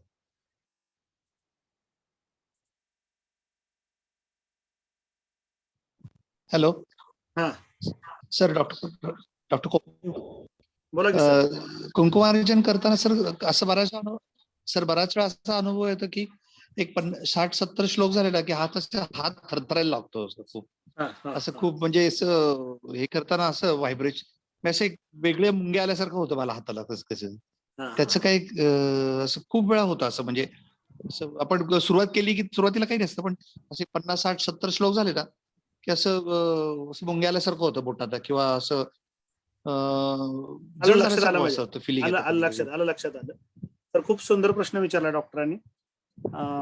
डॉक्टरांचं खरं तर एक डॉक्टर जे असतात लोक ते खूप स्पिरिच्युअल असतात. त्यांच्या पत्रिका जर तुम्ही बघितल्या तर त्यांची षष्ठाष्ट व्यायाम स्थानाचा संबंध दशमाशी असतो आणि त्यामुळं त्यांच्याकडे हिलिंग पॉवर असते एक स्वतःची, परमेश्वराने दिलेली देणगी असते त्यांना.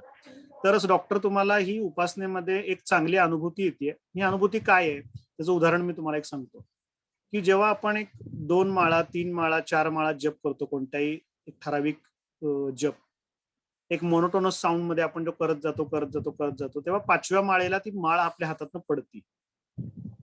आपण एका ट्रान्स मध्ये जातो. याचा अर्थ असा आहे की याच्या पुढे आपल्याला माळ जपाला घ्यायची नाहीये. आपण माळ न घेता जप करायचंय, ध्यान मुद्रेमध्ये जायचंय.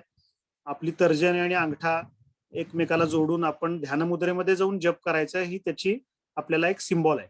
तसं ज्यावेळी आपण कुंकुमार्चन करतो तेव्हा 60-70 ओव्यांच्या नंतर, म्हणजे साधारण जी एक श्रीयंत्राची पार्श्वभूमी तयार होती, ज्याच्यामध्ये षटचक्रांचं वर्णन आणि षटचक्रांमध्ये असलेली कुंडलिनी शक्तीला आव्हान केलं जातं आणि त्या कुंडलिनी शक्तीला जागृत केलं जातं, की जसं जी षड चक्रांमध्ये स्थापन झालेली जी देवी आहे तिला सहस्त्रतल चक्रामध्ये आव्हानित केलं जातं. त्यावेळी काय होतं, आपलं कनेक्शन श्रीयंत्राशी होतं आणि ज्यावेळी आपलं कनेक्शन होतं त्यावेळी आपल्याला कुंकुमार्चन करायची गरज नाहीये. म्हणजे त्यावेळी आपल्याला एका ध्यान अवस्थेमध्ये डोळे मिटून शांत आपण तोंडाने मात्र श्रीयंत्र, जर तुमचं पाठ असेल किंवा जर तुम्ही ऑडिओ लावले असेल तर फक्त तुम्ही श्वासावर लक्ष ठेवून ते ऐकायचंय, कारण तुमचं चार्जिंग सुरू झालेलं आहे. तुम्ही कॉस्मिक एनर्जीशी जोडला गेलेला आहे. जे तुमचं मुख्य ध्येय आहे, की जो मेरू पृष्ठावरचा जो बिंदू आहे तो बिंदू म्हणजे कॉस्मिक एनर्जीचा बिंदू आहे आणि तुमचं सहस्त्रदल चक्र म्हणजे तुमच्या डोक्यावरचा जो ब्रह्मरंध्र आहे त्याचं प्रतीक तो बिंदू असतो. म्हणजे ज्यावेळी तुमच्या हातातून कुंकू मार्जन व्हायचं थांबतं, त्या अर्थी तुमचं कनेक्शन झालेलं आहे. आणि अशा वेळी तुम्ही थांबणं गरजेचं आहे. त्यावेळी तुम्हाला ध्यान लागण्याची खूप मोठी शक्यता असते. आणि तुम्ही श्वासावर असं लक्ष होतं. ठेवा. हा, सर, होतं बऱ्याच दीर्घ वेळा श्वास. हा, हा सर, दीर्घ बऱ्याच वेळा श्वास. असं ते झालं की ना, असं मला निळं निळं असं काहीतरी दिसतं डोळ्यासमोर, हा, ब्लुइश ती निळं, असं. हा, ती निळे म्हणजे काय असते, ती कॉस्मिक ऊर्जा असते. तर लक्षात अच्छा. ठेवा, दोन डोळ्यांच्या मध्ये आज्ञाचक्रामध्ये जेव्हा तुम्ही बघाल तेव्हा जी तुम्ही रात्रीच्या वेळी आकाशामध्ये जो रंग असतो तोच रंग तुम्हाला आज्ञाचक्रासमोर दिसतो. अच्छा. डार्क व्हायोलेट कलर म्हणू आपण, निळा म्हणण्यापेक्षा आपण त्याला डार्क व्हायोलेट कलर म्हणू. हा, तो हा. येतो म्हणजे तुम्हाला हिलिंग, जी पॉवर आहे किंवा हिलिंगची एनर्जी तुमच्या शरीरामध्ये यायला लागली, कॉस्मिक एनर्जी तुमच्या शरीरामध्ये यायला लागली. तर अशा वेळी ओके. तुम्ही जेवढं तुम्हाला शक्य आहे तुमच्या वेळेनुसार बघा, पण जेवढं तुम्हाला शक्य आहे तेवढं तुम्ही ध्यानाला जर बसला तर तुमची हा. बॉडी ते सगळ्या गोष्टी रिसीव्ह करायला सुरुवात करते. Okay, thank you sir. तर एक प्रश्न होता. हा. आपल्या पंचकोशातल्या परिशोधनामध्ये सर्वात शेवटचा भाग परिशोधनातला हा आनंदमय कोशाच्या बद्दलचा आहे. बरोबर. तर वेगवेगळ्या याच्या आणि त्या आनंदमय कोशाच्या बद्दल अनाहतनाथ, बिंदू साधना आणि श्रीयंत्र साधना या 3 गोष्टीच फक्त मानल्या जातात. तर या सगळ्या गोष्टी करण्यापूर्वी आधी बाकीचे कोश आपले शुद्ध आहेत की नाही हे केल्याशिवाय डायरेक्ट वरच्या पातळीला जावं की न, हा असा एक प्रश्न मनात होता. छान प्रश्न आहे तुमचा. थोडस मी डिटेलमध्ये सांगायचा प्रयत्न करतो की आपल्या शरीरामध्ये पंचकोश असतात. यामध्ये अन्नमय कोश हा पहिला असतो. आणि अन्नमय कोशाची शुद्धीसाठी तुमचा आहार विहार खूप छान पाहिजे, म्हणजे तुम्ही सात्विक आहार घेतला पाहिजे.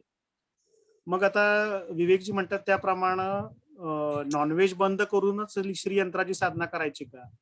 वाईस वर्षा आपण विचार करू की उपासना केल्यानंतर सत्वभावाची जागृती होती.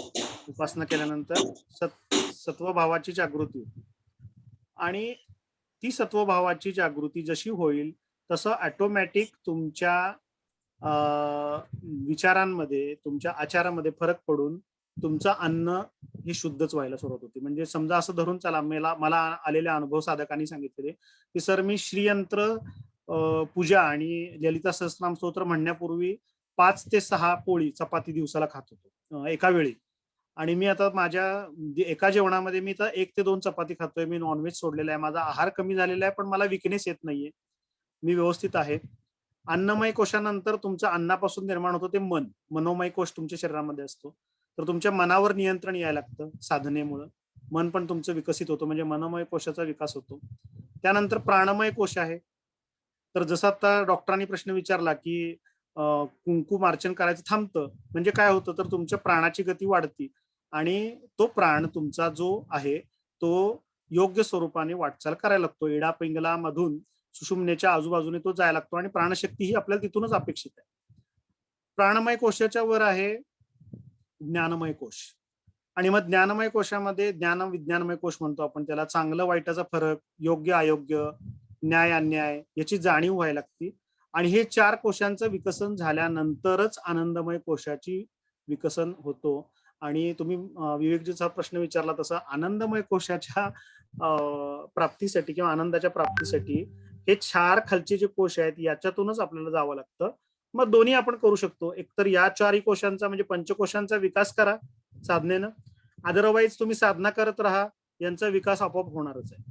म्हणजे तुम्ही साखर स्वतः खाल्ली काय आणि तुम्हाला जाणून बोलून तोंडात घातली कधी गोड लागणारच आहे, तशी ही एक प्रक्रिया आहे. या प्रक्रियेमध्ये तुम्ही साधना करा, तुमच्यामधल्या स्वभाव दोष निर्मूलन होईल, तुमच्यातल्या काही वाईट सवयी जातील, आजूबाजूची वाईट व्यक्ती जातील, वाईट सवयी, वाईट विचार कमी होतील आणि ऑटोमॅटिक तुमचा आनंदमय कोश जो आहे तो विकसित व्हायला सुरुवात होईल. पण तुम्ही जर त्याची वाट बघत बसला की नाही, मी आधी माझा आहार सुधारतो, मी माझे स्वभाव सुधारतो, मी माझे विचार बदलतो, तर मला असं वाटतं की तो भक्ती मार्गातला विषय नाहीये, तो ज्ञान मार्गातला विषय आहे. जो भगवद्गीतेमध्ये 3 मार्ग सांगितले, ज्ञान, भक्ती आणि कर्म. तर भक्ती मार्गाने सुद्धा शेवट तिथंच होणार आहे, ज्ञान मार्गाचा पण शेवट तिथंच होणार आहे, कर्मयोगाचा पण शेवट तिथंच होणार आहे. पण सगळ्यात सोयीस्कर संतांनी सांगितलेला मार्ग आहे तो म्हणजे भक्ती मार्ग. आणि त्यामुळे लवकर आपल्याला जीवनामध्ये ऐहिक आणि पारमार्थिक गोष्टींची प्राप्ती करायची असेल तर मला असं वाटतंय की पंचकोश विकसन करत असताना भाव जर तुम्ही शुद्ध ठेवले तर त्या पंचकोशांचं विकसन लवकरच होऊ शकेल असं मला वाटतं. सर शुक्ल पक्षाची चतुर्दशी म्हणजे कधी? पौर्णिमेच्या आधीचा दिवस, म्हणजे प्रत्येक महिन्यातल्या पौर्णिमेच्या? पौर्णिमेच्या आदला दिवस. कारण तुम्ही जर आकाशामध्ये बघितलं तर पौर्णिमेच्या आदल्या दिवशी चंद्राच्या भोवती एक पिवळ्या रंगाचं वलय असतं.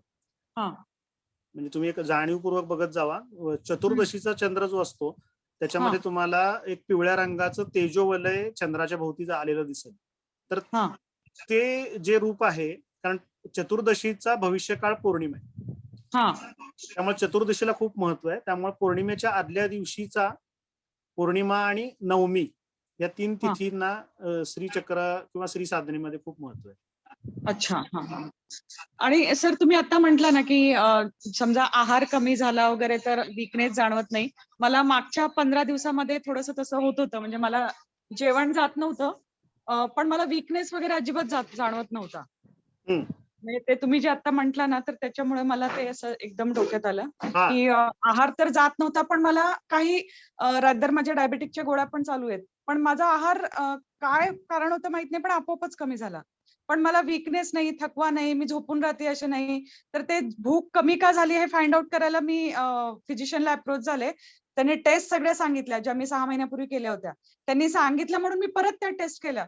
एकूण ना एक टेस्ट नॉर्मल रिपोर्ट. सोनोग्राफी पण करायला सांगितली, ती पण नॉर्मल. पण मी असं काहीतरी झोपून राहतेय, मला काहीतरी असं डिप्रेशन येतंय किंवा असं वीकनेस येतोय, काहीच नाही. म्हणजे ऍब्सोल्युटली फ्रेश. पण फक्त भूक का लागत नाही हे फाइंड आउट करण्यासाठी मी म्हणजे फिजिशियनना अप्रोच होऊन ह्या सगळ्या टेस्ट केल्या. म्हणजे हे तुम्ही आता जे बोलला ना, ते मला एकदम ते क्लिक झालं. पण माझी पूजा पण चालू होती, म्हणजे चालू असतेच. रादर आठवड्यातून 5 दिवस तरी होतेच कंपल्सरी. बाकीचे 2 दिवस काही अडचण असेल तर ती एखाद्या वेळेस राहून जाते. पण हा एक अनुभव मला छान आला. म्हणजे दरवेळेस वेगवेगळा येतो. आता ते तुम्ही जे सांगितलं ते मी ते कोरिलेट केलं आता तो अनुभव. त्याचं कसं आहे माहितीये का, की अनेक साधू संत किंवा संन्यासी लोक ही त्यांच्या अंतिम काळामध्ये फक्त हवेवर जगतात. म्हणजे ते पाणी पण पित नाहीत आणि अन्न पण घेत नाहीत. तर त्यावेळी त्यांना पोषण करणारी जी प्राणशक्ती आहे, ती प्राणशक्ती ह्या ललिता सहस्त्रनामाच्या पाठाने आपल्या शरीरामध्ये तयार होती. की जी तुम्हाला अन्न खाल्ल्यानंतर अन्नातून तुम्हाला जी प्राणशक्ती मिळणार आहे, ती तुम्हाला मंत्राच्या उच्चाराने मिळते आणि त्यामुळे तुम्हाला अन्नाची गरज कमी राहते. त्यामुळे जर तुम्ही रोज उपासना करत असाल तर माझं म्हणणं आहे तुम्ही आहार नियमित घ्यावाच, पण तो जेवढा कमी करता येईल आणि जेवढा आवश्यक आहे तेवढाच घ्यावा. खूप जर आहार घेतला तर साधनेमध्ये मात्र तुमचे व्यत्यय येऊ शकतो. ओके सर, अजून एक प्रश्न आहे. साधारणतः श्रीयंत्राची पूजा करून उठलं तर कामावर जायची वेळ असते. काही वेळेला आपल्या आसपास अनेक माणसं असतात. तर उपासना करून तुम्ही बाहेर पडलात की घरात, असं वाटतं की एखादा म्हणून आपल्या समोर नसावा, पण नेमका गाडीमध्ये बसमध्ये तो आपल्याच बरोबर असतो, त्याचा आपला काही संबंध असतो, आपली उगाच चिडचिड वाढते. तर हे कसं कंट्रोल करावं? त्याचं कारण असं आहे की तुमचा ऑरा लॉक होत नाहीये. म्हणजे अजून एक प्रश्न आपल्याकडे आलाय की ललिता सहस्त्रनाम स्तोत्र उपासना कधी करावी? सकाळी वेळ मिळत नाही, संध्याकाळी केली तरी चालते. श्री यंत्राची उपासना संध्याकाळी हातपाय तोंड धुवून तुम्ही गौण स्नान ज्याला आपण म्हणतो, गुडघ्यापासून खाली पाय, कोपऱ्यापासून हात आणि चेहरा धुवून गौण स्नानाने करू शकता. या गौण स्नानाला मुस्लिम समाजामध्ये खूप महत्व आहे. मशिदीमध्ये जायच्या आधी गौण स्नान करणं गरजेचं असतं नमाज पडायच्या आधी. तर त्याच्याद्वारे तुम्ही दोन्ही वेळा ललिता सहस्त्रनामाची उपासना करू शकता. उपासना झाल्यानंतर काही काळ ही तुम्ही देवतेसमोर बसलं पाहिजे. विशेषतः पाठक मी तुम्हाला असं सुचवीन की तुम्ही 10 मिनिटं आधीच जरा तुमचं शेड्यूल करा आणि वही पेन घेऊन बसा आणि तुमच्या मनामधले विचार मी 3 गोष्टी आता सांगायच्या राहिल्या. तो म्हणजे ललिता सहस्त्रनाम हे 3 शक्तीद्वारे तुमच्यावर काम करतं. एक असते इच्छाशक्ती, दुसरी असते ज्ञानशक्ती आणि तिसरी असते क्रियाशक्ती. तर डिझायर जेव्हा तुमच्या मनामध्ये निर्माण होती, ज्याला आपण इच्छा म्हणतो, तर ती डिझायर निर्माण करायचं काम पण ललिता देवीच करते. त्याला ते डिझायर फुलफिलमेंटसाठी जे नॉलेज आहे ते ज्ञानशक्ती पण तीच देते. आणि डिझायर आणि नॉलेज यांच्याकडून जी फुलफिलमेंट म्हणजे क्रियाशक्ती आपण ज्याला म्हणतो, म्हणजे आपण असं म्हणतो ना की मी बरेच दिवस झाले हा विचार करतो पण माझ्याकडून ते कामच होत नाही, तर ती क्रियाशक्ती असते त्याला. की माझ्या टेबलावर हे पुस्तक पडलेलं आहे की stay hungry and stay foolish हे पुस्तक पडलेलं आहे, पण ते मी वाचलेलंच नाही कारण माझ्याकडे क्रियाशक्ती नाही. तर ती क्रियाशक्ती सुद्धा देवी देत असते. तर या तिन्ही शक्ती जेव्हा तुमच्याकडे येतात, त्याचा ऑरा जर तुम्ही लॉक केला नाही आणि जर तुम्ही उपासनेनंतर अर्ध्या तासामध्ये ज्या व्यक्तीला भेटता, ज्याच्याशी फोन करता, त्याला ती ऊर्जा शब्दाद्वारे किंवा तुमच्या डोळ्यातील नजरदृष्टीद्वारे ती ऊर्जा ट्रान्सफर होती. कारण ऊर्जेचा सिद्धांत काय आहे, तर higher energy flow towards lower energy. तुम्ही जर तुमच्याकडे हायर एनर्जी तयार झालेली आहे, तर ती विश्वातली ऊर्जा कोणाला तरी वापरायला दिली पाहिजे. म्हणून देव काय करतो, ती तुमची ऊर्जा थोडीशी कमी करतो आणि त्यामुळे तुम्ही जर बसमध्ये कोणाला भेटताय, रेल्वेमध्ये कोणाला भेटताय, त्याला ती ऊर्जा निघून जाते. मग त्याला एक काम केलं पाहिजे, पहिलं तुम्ही उपासना झाल्यानंतर काही काळ देवासमोर भजनं म्हणता आली तर भजनं म्हणा. वेळ नसेल तर वही पेन घ्या आणि आलेले विचार मनामधले लिहून काढा, किंवा तुमचे नित्यादेवी जी रोजचे तुमचे संकल्प आहेत ते त्याच्यावर लिहून काढा आणि देवीला प्रार्थना करा की माझी आजची एवढी कामं झाली पाहिजेत. ते मागा. ते मागितल्यानंतर काय होईल, तुमच्या उपासनेचं पुण्य ते मागण्यामध्ये निघून जाईल. आपल्या पूर्वीच्या काळी काय करायचे लोक, तुळशीला नमस्कार करायचे किंवा गायीकडे जायचे आणि तो ऑरा जो आहे तो तुळशी बरोबर किंवा गायी बरोबर मॅच करायची, गायीला स्पर्श करून, आणि त्यामुळे तो ऑरा लॉक व्हायचा. आजकालच्या काळामध्ये आपल्याकडे हे तुळशी पण नाही आणि आज गाय पण मिळत नाहीये. तर तुम्ही अशा प्रकारे तुम्ही काय करा, तर देवतेची उपासना झाल्यानंतर वहीवर तुमचे रोजचा प्रोग्राम लिहा, रोजचं शेड्यूल लिहा आणि देवीला प्रार्थना करा की तुझी इच्छा असेल तर या गोष्टी घडू देत. मी तर अशी प्रार्थना करतो, तुम्हाला सर्वांनाही सांगतो की मी घडू दे म्हणण्यापेक्षा घडल्या आहेत असं म्हणतो. पॉझिटिव्ह अफर्मेशन देतो आणि मी तो अनुभव घेतो. म्हणजे माझ्या मुलाला 10वीत 80% मार्क पडलेत असं मी कधीच म्हणत नाही. मी सांगतो की माझ्या मुलाला 90% मार्क पडलेले आहेत आणि तो पेढे वाटतोय, सगळेजण त्याचा अभिनंदन करतायत, खूप अभिनंदनाचे फोन येत आहेत, फोन एंगेज लागतोय, सगळेजण म्हणतात कुठं येतो. असं चित्र जेव्हा तुम्ही बघता तेव्हा तुम्ही त्या व्हायब्रेशनला ट्यून होता आणि तेव्हा तुमची स्वप्न साकार होतात. तुम्ही असं होऊ दे म्हणला तर तुम्ही निगेटिव्ह व्हायब्रेशनलाच ट्यून होता. म्हणजे मला रोग नको होऊ दे, मला आजार नको होऊ दे, असं तुम्ही जेव्हा म्हणता तेव्हा तुम्ही आजाराला इन्व्हाइट करता. त्यामुळं श्रीयंत्राच्या उपासनेनंतर काय मागायचं, काय देवाकडे मागायचं ह्याला पण महत्व आहे. तर चांगल्या गोष्टी घडलेल्या आहेत असं फील घ्या आणि ती ऊर्जा, ती व्हायब्रेशन्स, ती एनर्जी त्या क्रियेला, त्या तुमच्या जीवनातल्या घटनेला त्याचं पुण्य समर्पित करा.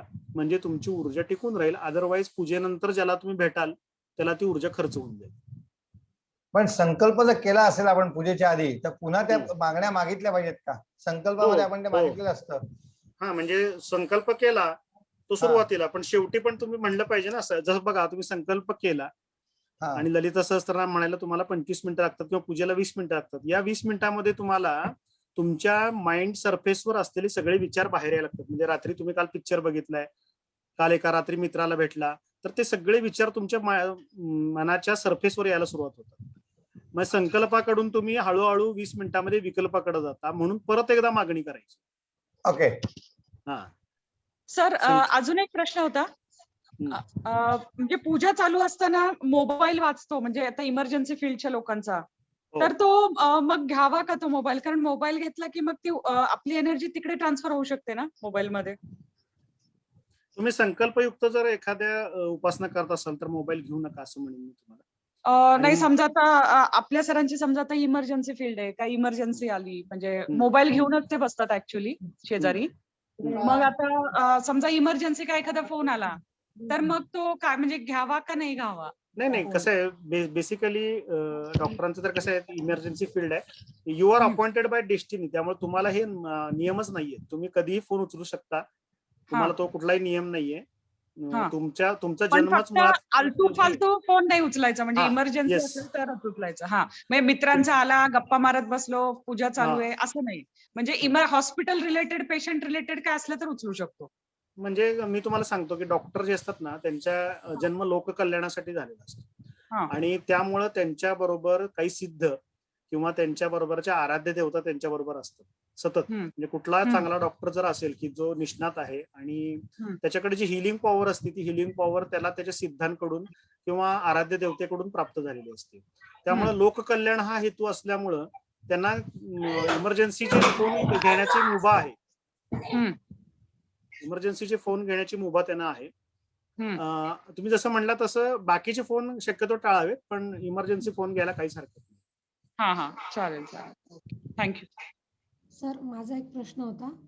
बोला. देवीला नैवेद्य दाखवतो ना सर आपण, तर आपलं हा. जे ताट आहे तेच पूर्ण दाखवून तेच खायला घेतलं आपण चालेल का? नैवेद्य सेपरेट ठेवून हे करायचं म्हणजे काय?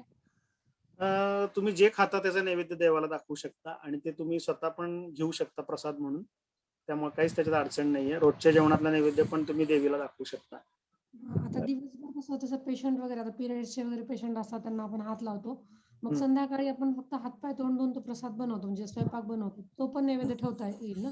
नाही, मी तुम्हाला एक सांगतो की एकतर तुम्ही शक्यतो काय करत जावा की पहिल्यांदा मी तुम्हाला सांगतो की ध्यान, दान आणि स्नान हे गुप्त करायला सांगितलेलं आहे. म्हणजे देवतेची पूजा किंवा स्नान आपलं आणि दान हे असं करावं की जे वाजत गाजत करू नये. पण आता तुम्ही म्हणजे कोकरे सर म्हणा किंवा तुम्ही म्हणा, तुम्ही मेडिकल फील्ड मधले लोक आहे, तर तुम्हाला त्याच्यामध्ये बरीच एक्झम्पन्स आहेत. कारण की त्याच्यामध्ये तुमचे भाव हे खूप महत्वाचे असतात. तुम्ही हे लोकांच्या हृदयातला परमेश्वराची सेवा करत असता, म्हणजे जवळ ईश्वराची सेवा करत असता. त्यामुळे हातपाय तोंड धुतल्यावर तुम्हाला शुद्धी असते. त्याच्यामध्ये कुठल्याही प्रकारचे तुमचे इंटेन्शन खराब नसल्यामुळं तुम्हाला त्याचे कुठलेही दोष येत नाहीत. दुसरी गोष्ट की पिरियड्स वगैरे हे नैसर्गिक आहे, त्याचा फार सोहळ्यावळ्याशी काही संबंध नाही. मी मगाशी सांगितलं त्याप्रमाणे भाव तुमचे शरीर महत्वाचे आहेत. तुम्ही जर शुद्ध भावनेने, आणि दुसरी गोष्ट तुम्ही रात्री स्वयंपाक करायची काही गरज नाहीये. ड्रायफ्रुट्स आणून ठेवा. कोणत्याही फळाचा नैवेद्य जेव्हा आपण देवाला दाखवतो तेव्हा आपल्याला फळ मिळतं. तर ड्रायफ्रुट्सचा नैवेद्य दाखवत जावा आणि तो जेवणात घेत जावा. ताजं अन्न करायची काही गरज नाहीये त्याच्यासाठी. Thank you sir. मला वाटते बऱ्यापैकी लोकांच्या शंका समाधान झालेलं आहे. अजूनही काही शंका असतील? नमस्ते. नमस्ते. मी पण श्रीयंत्र पूजन करते आणि त्याचं कुंकुम मी थली उंबरठाला जे सारवतो ना आपण ते तांदूळ पिठीने वगैरे, तर त्याच्यामध्ये मी त्याचा उपयोग करते आणि त्याची पावडर पण देते. दुसरी गोष्ट मला हे म्हणायचं होतं की खूपदा आपण ह्याचा जर असा संकल्प घेतलेला आहे आणि असंच फील्डच्या हिशोबाने जर आपण बाहेर गावी जातोय, आपण चतुर्दशी, नवमीला, पौर्णिमेला शक्यतो घरीच असतो, पण इतर वेळेला मग त्यावेळेला काय करावं? मानस पूजा करावी, घरी कुणाला ते अर्चन करायला लावावं का खंडित व्हावं? याच्यासाठी काय करावं? पहिली गोष्ट त्यावेळेला मन तर तिथं लागतं. नाही, ठीक आहे. पहिली गोष्ट तुम्ही जे करता हे तुमच्या पुरतं मर्यादित आहे, त्यामुळे ते घरातल्या इतर लोकांना करण्याचं कंपल्शन ठेवू नका. दुसरी महत्वाची गोष्ट, मी मगाशी जे कौलाचार पद्धत सांगितली आणि समयाचार, त्या समयाचारामध्ये हृदयस्थित त्रिपुर सुंदरीचं किंवा सहस्त्रदल चक्रामध्ये असलेल्या त्रिपुर सुंदरीचं मानस पूजा करणं हेच मुळात समयाचार पद्धती आहे. त्यामुळं तुम्ही कुठेही जाल, मग लॉजवर असाल, तुम्ही गाडीमध्ये असाल, तिथं तुम्ही कानामध्ये हेडफोन घ्या, तुमच्या मोबाईलमध्ये स्तोत्र आहे, डोळे बंद करा, अंतर्मुख व्हा, तुमचं इनर इंजिनिअरिंग सुरू होईल आणि मग तुम्हाला त्या देवतेचं स्वरूप तुमच्या शरीरामध्ये असल्याची जाणीव होईल. तुम्हाला बाहेर कुठेही जायची गरज नाही. तुम्ही वर्षातून 6 महिने जरी प्रवास करत असला तरी तुम्ही 6 महिने सुद्धा या स्तोत्राची मानस पूजा करून, अत्यंत महत्व असलेली ही मानस पूजा आहे. कारण तुमचं मनच जर नसेल उपासनेमध्ये, पूजेमध्ये, तर त्या पूजेला काहीच अर्थ नसतो, ती मटेरियलाइज होतच नाही. त्यामुळं तुमच्या मानस पूजेला खूप महत्व आहे. आणि देवी उपासनेमध्ये तर तुमचे भाव जसे असतील, म्हणजे मी एक पुरुष आहे आणि मी माझ्या घरातल्या जर पत्नीला, माझ्या मुलीला, माझ्या आईला जर वागणूक व्यवस्थित देत नसेल तर मला श्रीयंत्राच्या उपासनेची फळं चांगली मिळत नाहीत. त्यामुळे ते भाव जे आहेत ते तुमच्याकडे जर चांगले असतील मॅडम, तर तुम्ही कुठेही लॉज मध्ये सुद्धा ती आराधना करू शकता, काहीच प्रॉब्लेम नाही. बिलकुल. आता जसं यांनी पाठकांनी सांगितलं ना की त्यांनी उपासना केल्यावर बाहेर जातात आणि कोणीतरी बरोबर, मला आता अनेक वेळेला लोकांच्या घरीच करावी लागते आता. आणि तुमच्या सगळ्यांकडनं जे मार्गदर्शन मिळालेलं आहे त्यातनं थोडं तेवढं लक्षातही आलेलं आहे की बहुतेक त्या घराला त्या एनर्जीची गरज असेल, म्हणून देव मला त्या ठिकाणी घेऊन म्हणजे तिथं बसवतो. नाही, तरी पण एक लक्षात ठेवा, कधीतरी असं मनात येतं की तिथं करावं का नाही करावं. हे बघा की आपल्याकडं जी स्तोत्राची सुरुवात करताना दिग्बंधन करायला सांगितलेलं आहे.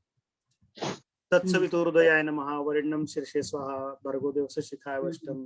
जसं आहे की धीमहि कवचाय हुम, किती दिग्बंध सांगितलेलं आहे, दिग्बंधन करायला सांगितलं. दिक म्हणजे दिशा, दिशांचं बंधन करायला सांगितलेलं आहे की या ज्या उपासनेमध्ये ज्या शक्ती आहेत त्यांचा त्रास आपल्याला होऊ नये म्हणून दिग्बंधन करणं हे गरजेचं असतं.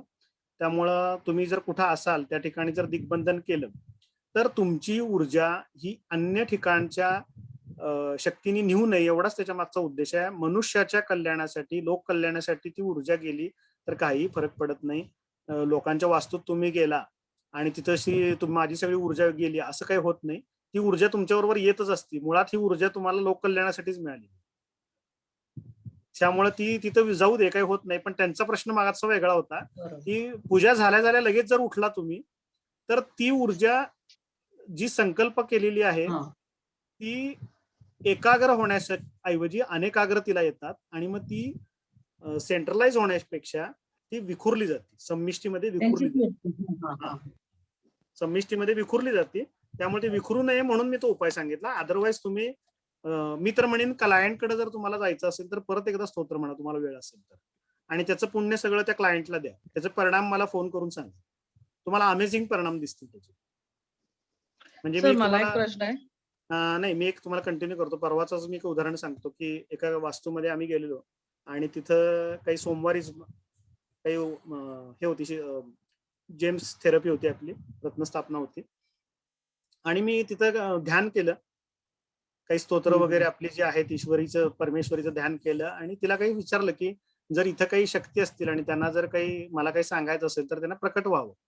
तर एक छोटीशी मुलगी आली जिचं वय 10 ते 12 वर्ष होतं आणि ती ध्यानामध्ये मला सतत समोर यायला लागली की वाढदिवसाला जशी मुली ड्रेस घालतात किंवा चांगले चांगले इयर रिंग्स आणि केशभूषा करतात तशी ती समोर आली आणि 20 मिनिटं मी ध्यान केलं त्या वास्तूमध्ये. तोपर्यंत गुरुजी जेम्स थेरपी करत होते आणि मी त्यांना विचारलं का हो एखादी मुलगी वगैरे इथं गेली आहे का?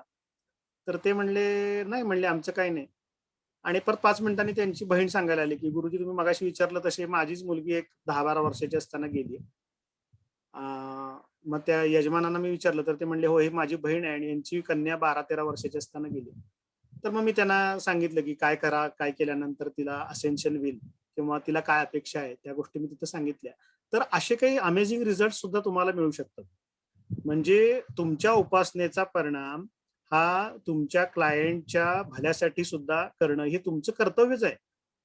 तुम्ही मुळात हा पेशा जर स्वीकारला असेल तर तुम्हाला त्यांचं लोक कल्याण करणं हे परमेश्वराने तुम्हाला अपॉइंटमेंट केले, तुमचं ते काम आहे. त्यामुळे मी उलट असं म्हणेन की तुम्हाला जर अशी काही वास्तू असेल तर मॅडम तुम्ही आदल्या दिवशी, त्या दिवशी सकाळी वेळ नसेल, जसं डॉक्टर लोक आहेत आमचे, डॉक्टर कोकरे आहेत बारामतीचे, उद्या काही क्रिटिकल सर्जरी आहे डॉक्टर तुमची, तर तुम्ही आदल्या दिवशी रात्री सुद्धा एखादं स्तोत्र म्हणू शकता एक्स्ट्राचं की ती माझी सर्जरी व्यवस्थित व्हावी, माझी वास्तू व्यवस्थित व्हावी. आणि त्याचं पुण्य जर तुम्ही क्लायंटला दिलं तर मला वाटतं ते खूप चांगलं काम आपल्याकडनं होऊ शकेल. कारण देवीचं स्वरूपच अनकंडिशनल लव्ह. सर माझा एक अनुभव एक्सपिरियन्स. तर मी दत्त स्तोत्र आणि खडगमाला हे क्लायंटसाठी करते. म्हणजे कुठेही जाण्याआधी मी ती उपासना करून बाहेर.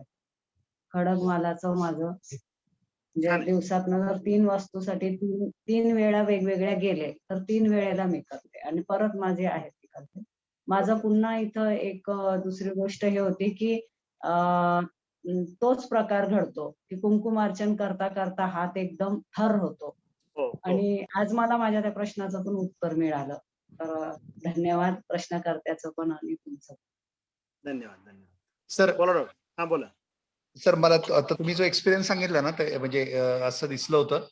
तर माझं मागच्या नवरात्रीमधला एक्सपिरियन्स असा आहे की अष्टमीच्या दिवशी मी सकाळी कुंकुमार्जन, अष्टमीच्या दिवशी सकाळी कुंकुमार्जन करून मी सगळं संपून मी उपडीला गेलो आणि अचानक माझी काय इच्छा होती की माझ्या वडिलांचं देवीचं दर्शन व्हावं आणि मी असं जस्ट बोलत होतो, डायलॉग करत होतो देवीशी आणि मी खाली गेलो आणि माझ्याकडे एक पेशंट राशींचे आले होते, म्हणजे आमच्या नेहमीचे येणारे पेशंट होते त्या, आणि त्यांच्या भाऊजाईला घेऊन आल्या होत्या आणि चेकिंग केलं आणि त्या गेल्या निघून. आणि अर्धा एक तासाने मला फोन आला त्यांचा बेगवणच्या तिकडे जाताना रस्त्यातून. त्यामुळे डॉक्टर तुमचं जेवण झालंय का? म्हणलं नाही म्हणले मी आले, मग 10 मिनिटं थांबा जरा म्हणून. मग ते सगळ्या परत त्या तिथून त्या रस्त्यातून परत आल्या आणि त्या म्हटल्या आणि वरती आल्या, त्या म्हटल्या डॉक्टर आम्हाला तुमच्या घरी जेवण करायचं म्हणल्या. बरं. आम्ही डबे आणल्यात, आम्ही रस्त्यात बसणार होतो पण असं मला असा आदेश आल्यासारखं वाटतं म्हणे की मी तुमच्या घरी जाऊन जेवण करावं डॉक्टरांना, म्हणून त्यांनी फोन केला. आणि अक्षरशः तुम्हाला सांगतो 8 जणी होत्या, त्यातल्या म्हणजे म्हणजे एक छोटीशी 11 वर्षाची मुलगी आणि त्या सगळ्या 6-7 भावजया असं म्हणून 8 जणी आल्या अष्टमीच्या दिवशी. आणि आलं त्यांनी सगळं जेवण आणलं होतं फराळाचं. इथं मला जेवायला केलं आणि अक्षरशः म्हणजे त्या अष्टमीच्या दिवशी 8 असं देवीचं रूप आल्याचं मला अक्षरशः ते feeling मला त्या अनुभव तो आला, प्रचिती आली. आणि मग मी नंतर त्यांना अगदी तिथं दर्शन करवलं, कुंकुमार्जन केलेलं ते कुंकू त्यांना सगळ्यांना दिलं आणि मी प्रत्येक मुलीला 500-500 रुपये त्या मुलींना सगळ्यांना दिलं मी. हे छान प्रेमाने दिलं त्यांना ते. छान खूप म्हणजे अनुभव. हा एक्सपिरियन्स आता तुमच्या सांगण्यावरून मला अक्षरशः लक्षात- म्हणजे ते गेलेल्या एक अर्ध्या पाऊण तासाने परत आल्या तिकडून त्या. हो, हो, आणि होतं त्यांना असं. म्हणलं की मला डॉक्टर तुम्ही जेवण केलं का, मला तुमच्या घरी यायचंय आणि तुमच्या घरी जेवण करायचं म्हटलं. नाही आणि ते तुम्हाला तुम्ही जेवण खाऊ घालायचं. नवरात्र होतं ना तुमचं. हो, अष्टमी आणि तर- अष्टमीच्या दिवशी. हा, मग ते देवीनं तुम्हाला काय सांगितलं की मी श्रीयंत्रामध्ये नाहीये, तुमच्या पेशंट मध्ये पण मी आहे, हे तिला सांगायचं हो, होतं. अक्षरशः म्हणजे मला इतकं रडलो मी डोळे त्या देवीच्या समोर, म्हणजे की अक्षरशः अनुभव अमेझिंग. It was experience. म्हणजे माझा पण एक असा अनुभव आहे की आमच्या आजोबा ज्यांच्याकडनं मी ज्योतिष शिकलो ते वयोवृद्ध होते आणि आजारी होते आणि त्यांचे काही शेवटचा काळ चालू होता. मी देवीला फक्त प्रार्थना केली श्रीयंत्रासमोर बसून की त्यांच्या यातना कमी कर. घरामध्येच होते ते, ऍडमिट वगैरे नव्हते. आणि त्या दिवशी ज्येष्ठा गौरी घरामध्ये आलेल्या, गणपती आलेला होता, ज्येष्ठा गौरी आलेल्या होत्या, गौरीचं पूजन झालेलं. साधारण मी एक सकाळी 10-10:30 प्रार्थना केली देवीला की त्यांना सोडव म्हणून, कारण त्यांचं वय पण झालं, 94 वय होतं आणि त्यांच्या यातना होऊ नयेत, त्यांना गती व्हावी अशी प्रार्थना केली. साधारण 12:30 वाजता 3 मुली आमच्या घराची बेल वाजवली आणि त्या म्हणल्या की मी आर्ट ऑफ लिव्हिंग कडून आलेलो. मी घरात नव्हतो, मी ऑफिसमध्ये होतो. माझी मिसेसनं मला फोन केला की अशा 3 मुली आल्यात आणि त्या म्हणतात की आम्हाला काही तुमच्या गणपती समोर भजनं म्हणायची आणि मी आर्ट ऑफ लिव्हिंग कडून आलेलो. तर म्हणलं ठीक आहे, त्या काही चोरेमाऱ्या तर करायला आलेल्या नाहीयेत, भजनं म्हणतात तर म्हणू दे. आणि मग त्या गणपती समोर बसल्या आणि तिघींनी काही त्यांची भजनं म्हणली, काही त्यांच्या गुरूंची भजनं वगैरे, एक 4-5 भजनं म्हणली. तुमच्या मिसेसनी त्यांना सकाळच्या आरतीचा प्रसाद दिला. त्या मुली गेल्या आणि डॉक्टर, यू कॉन्ट इमॅजिन की त्यावेळी नेमके माझे वडील ड्युटीवरनं घरी जेवायला आलेले.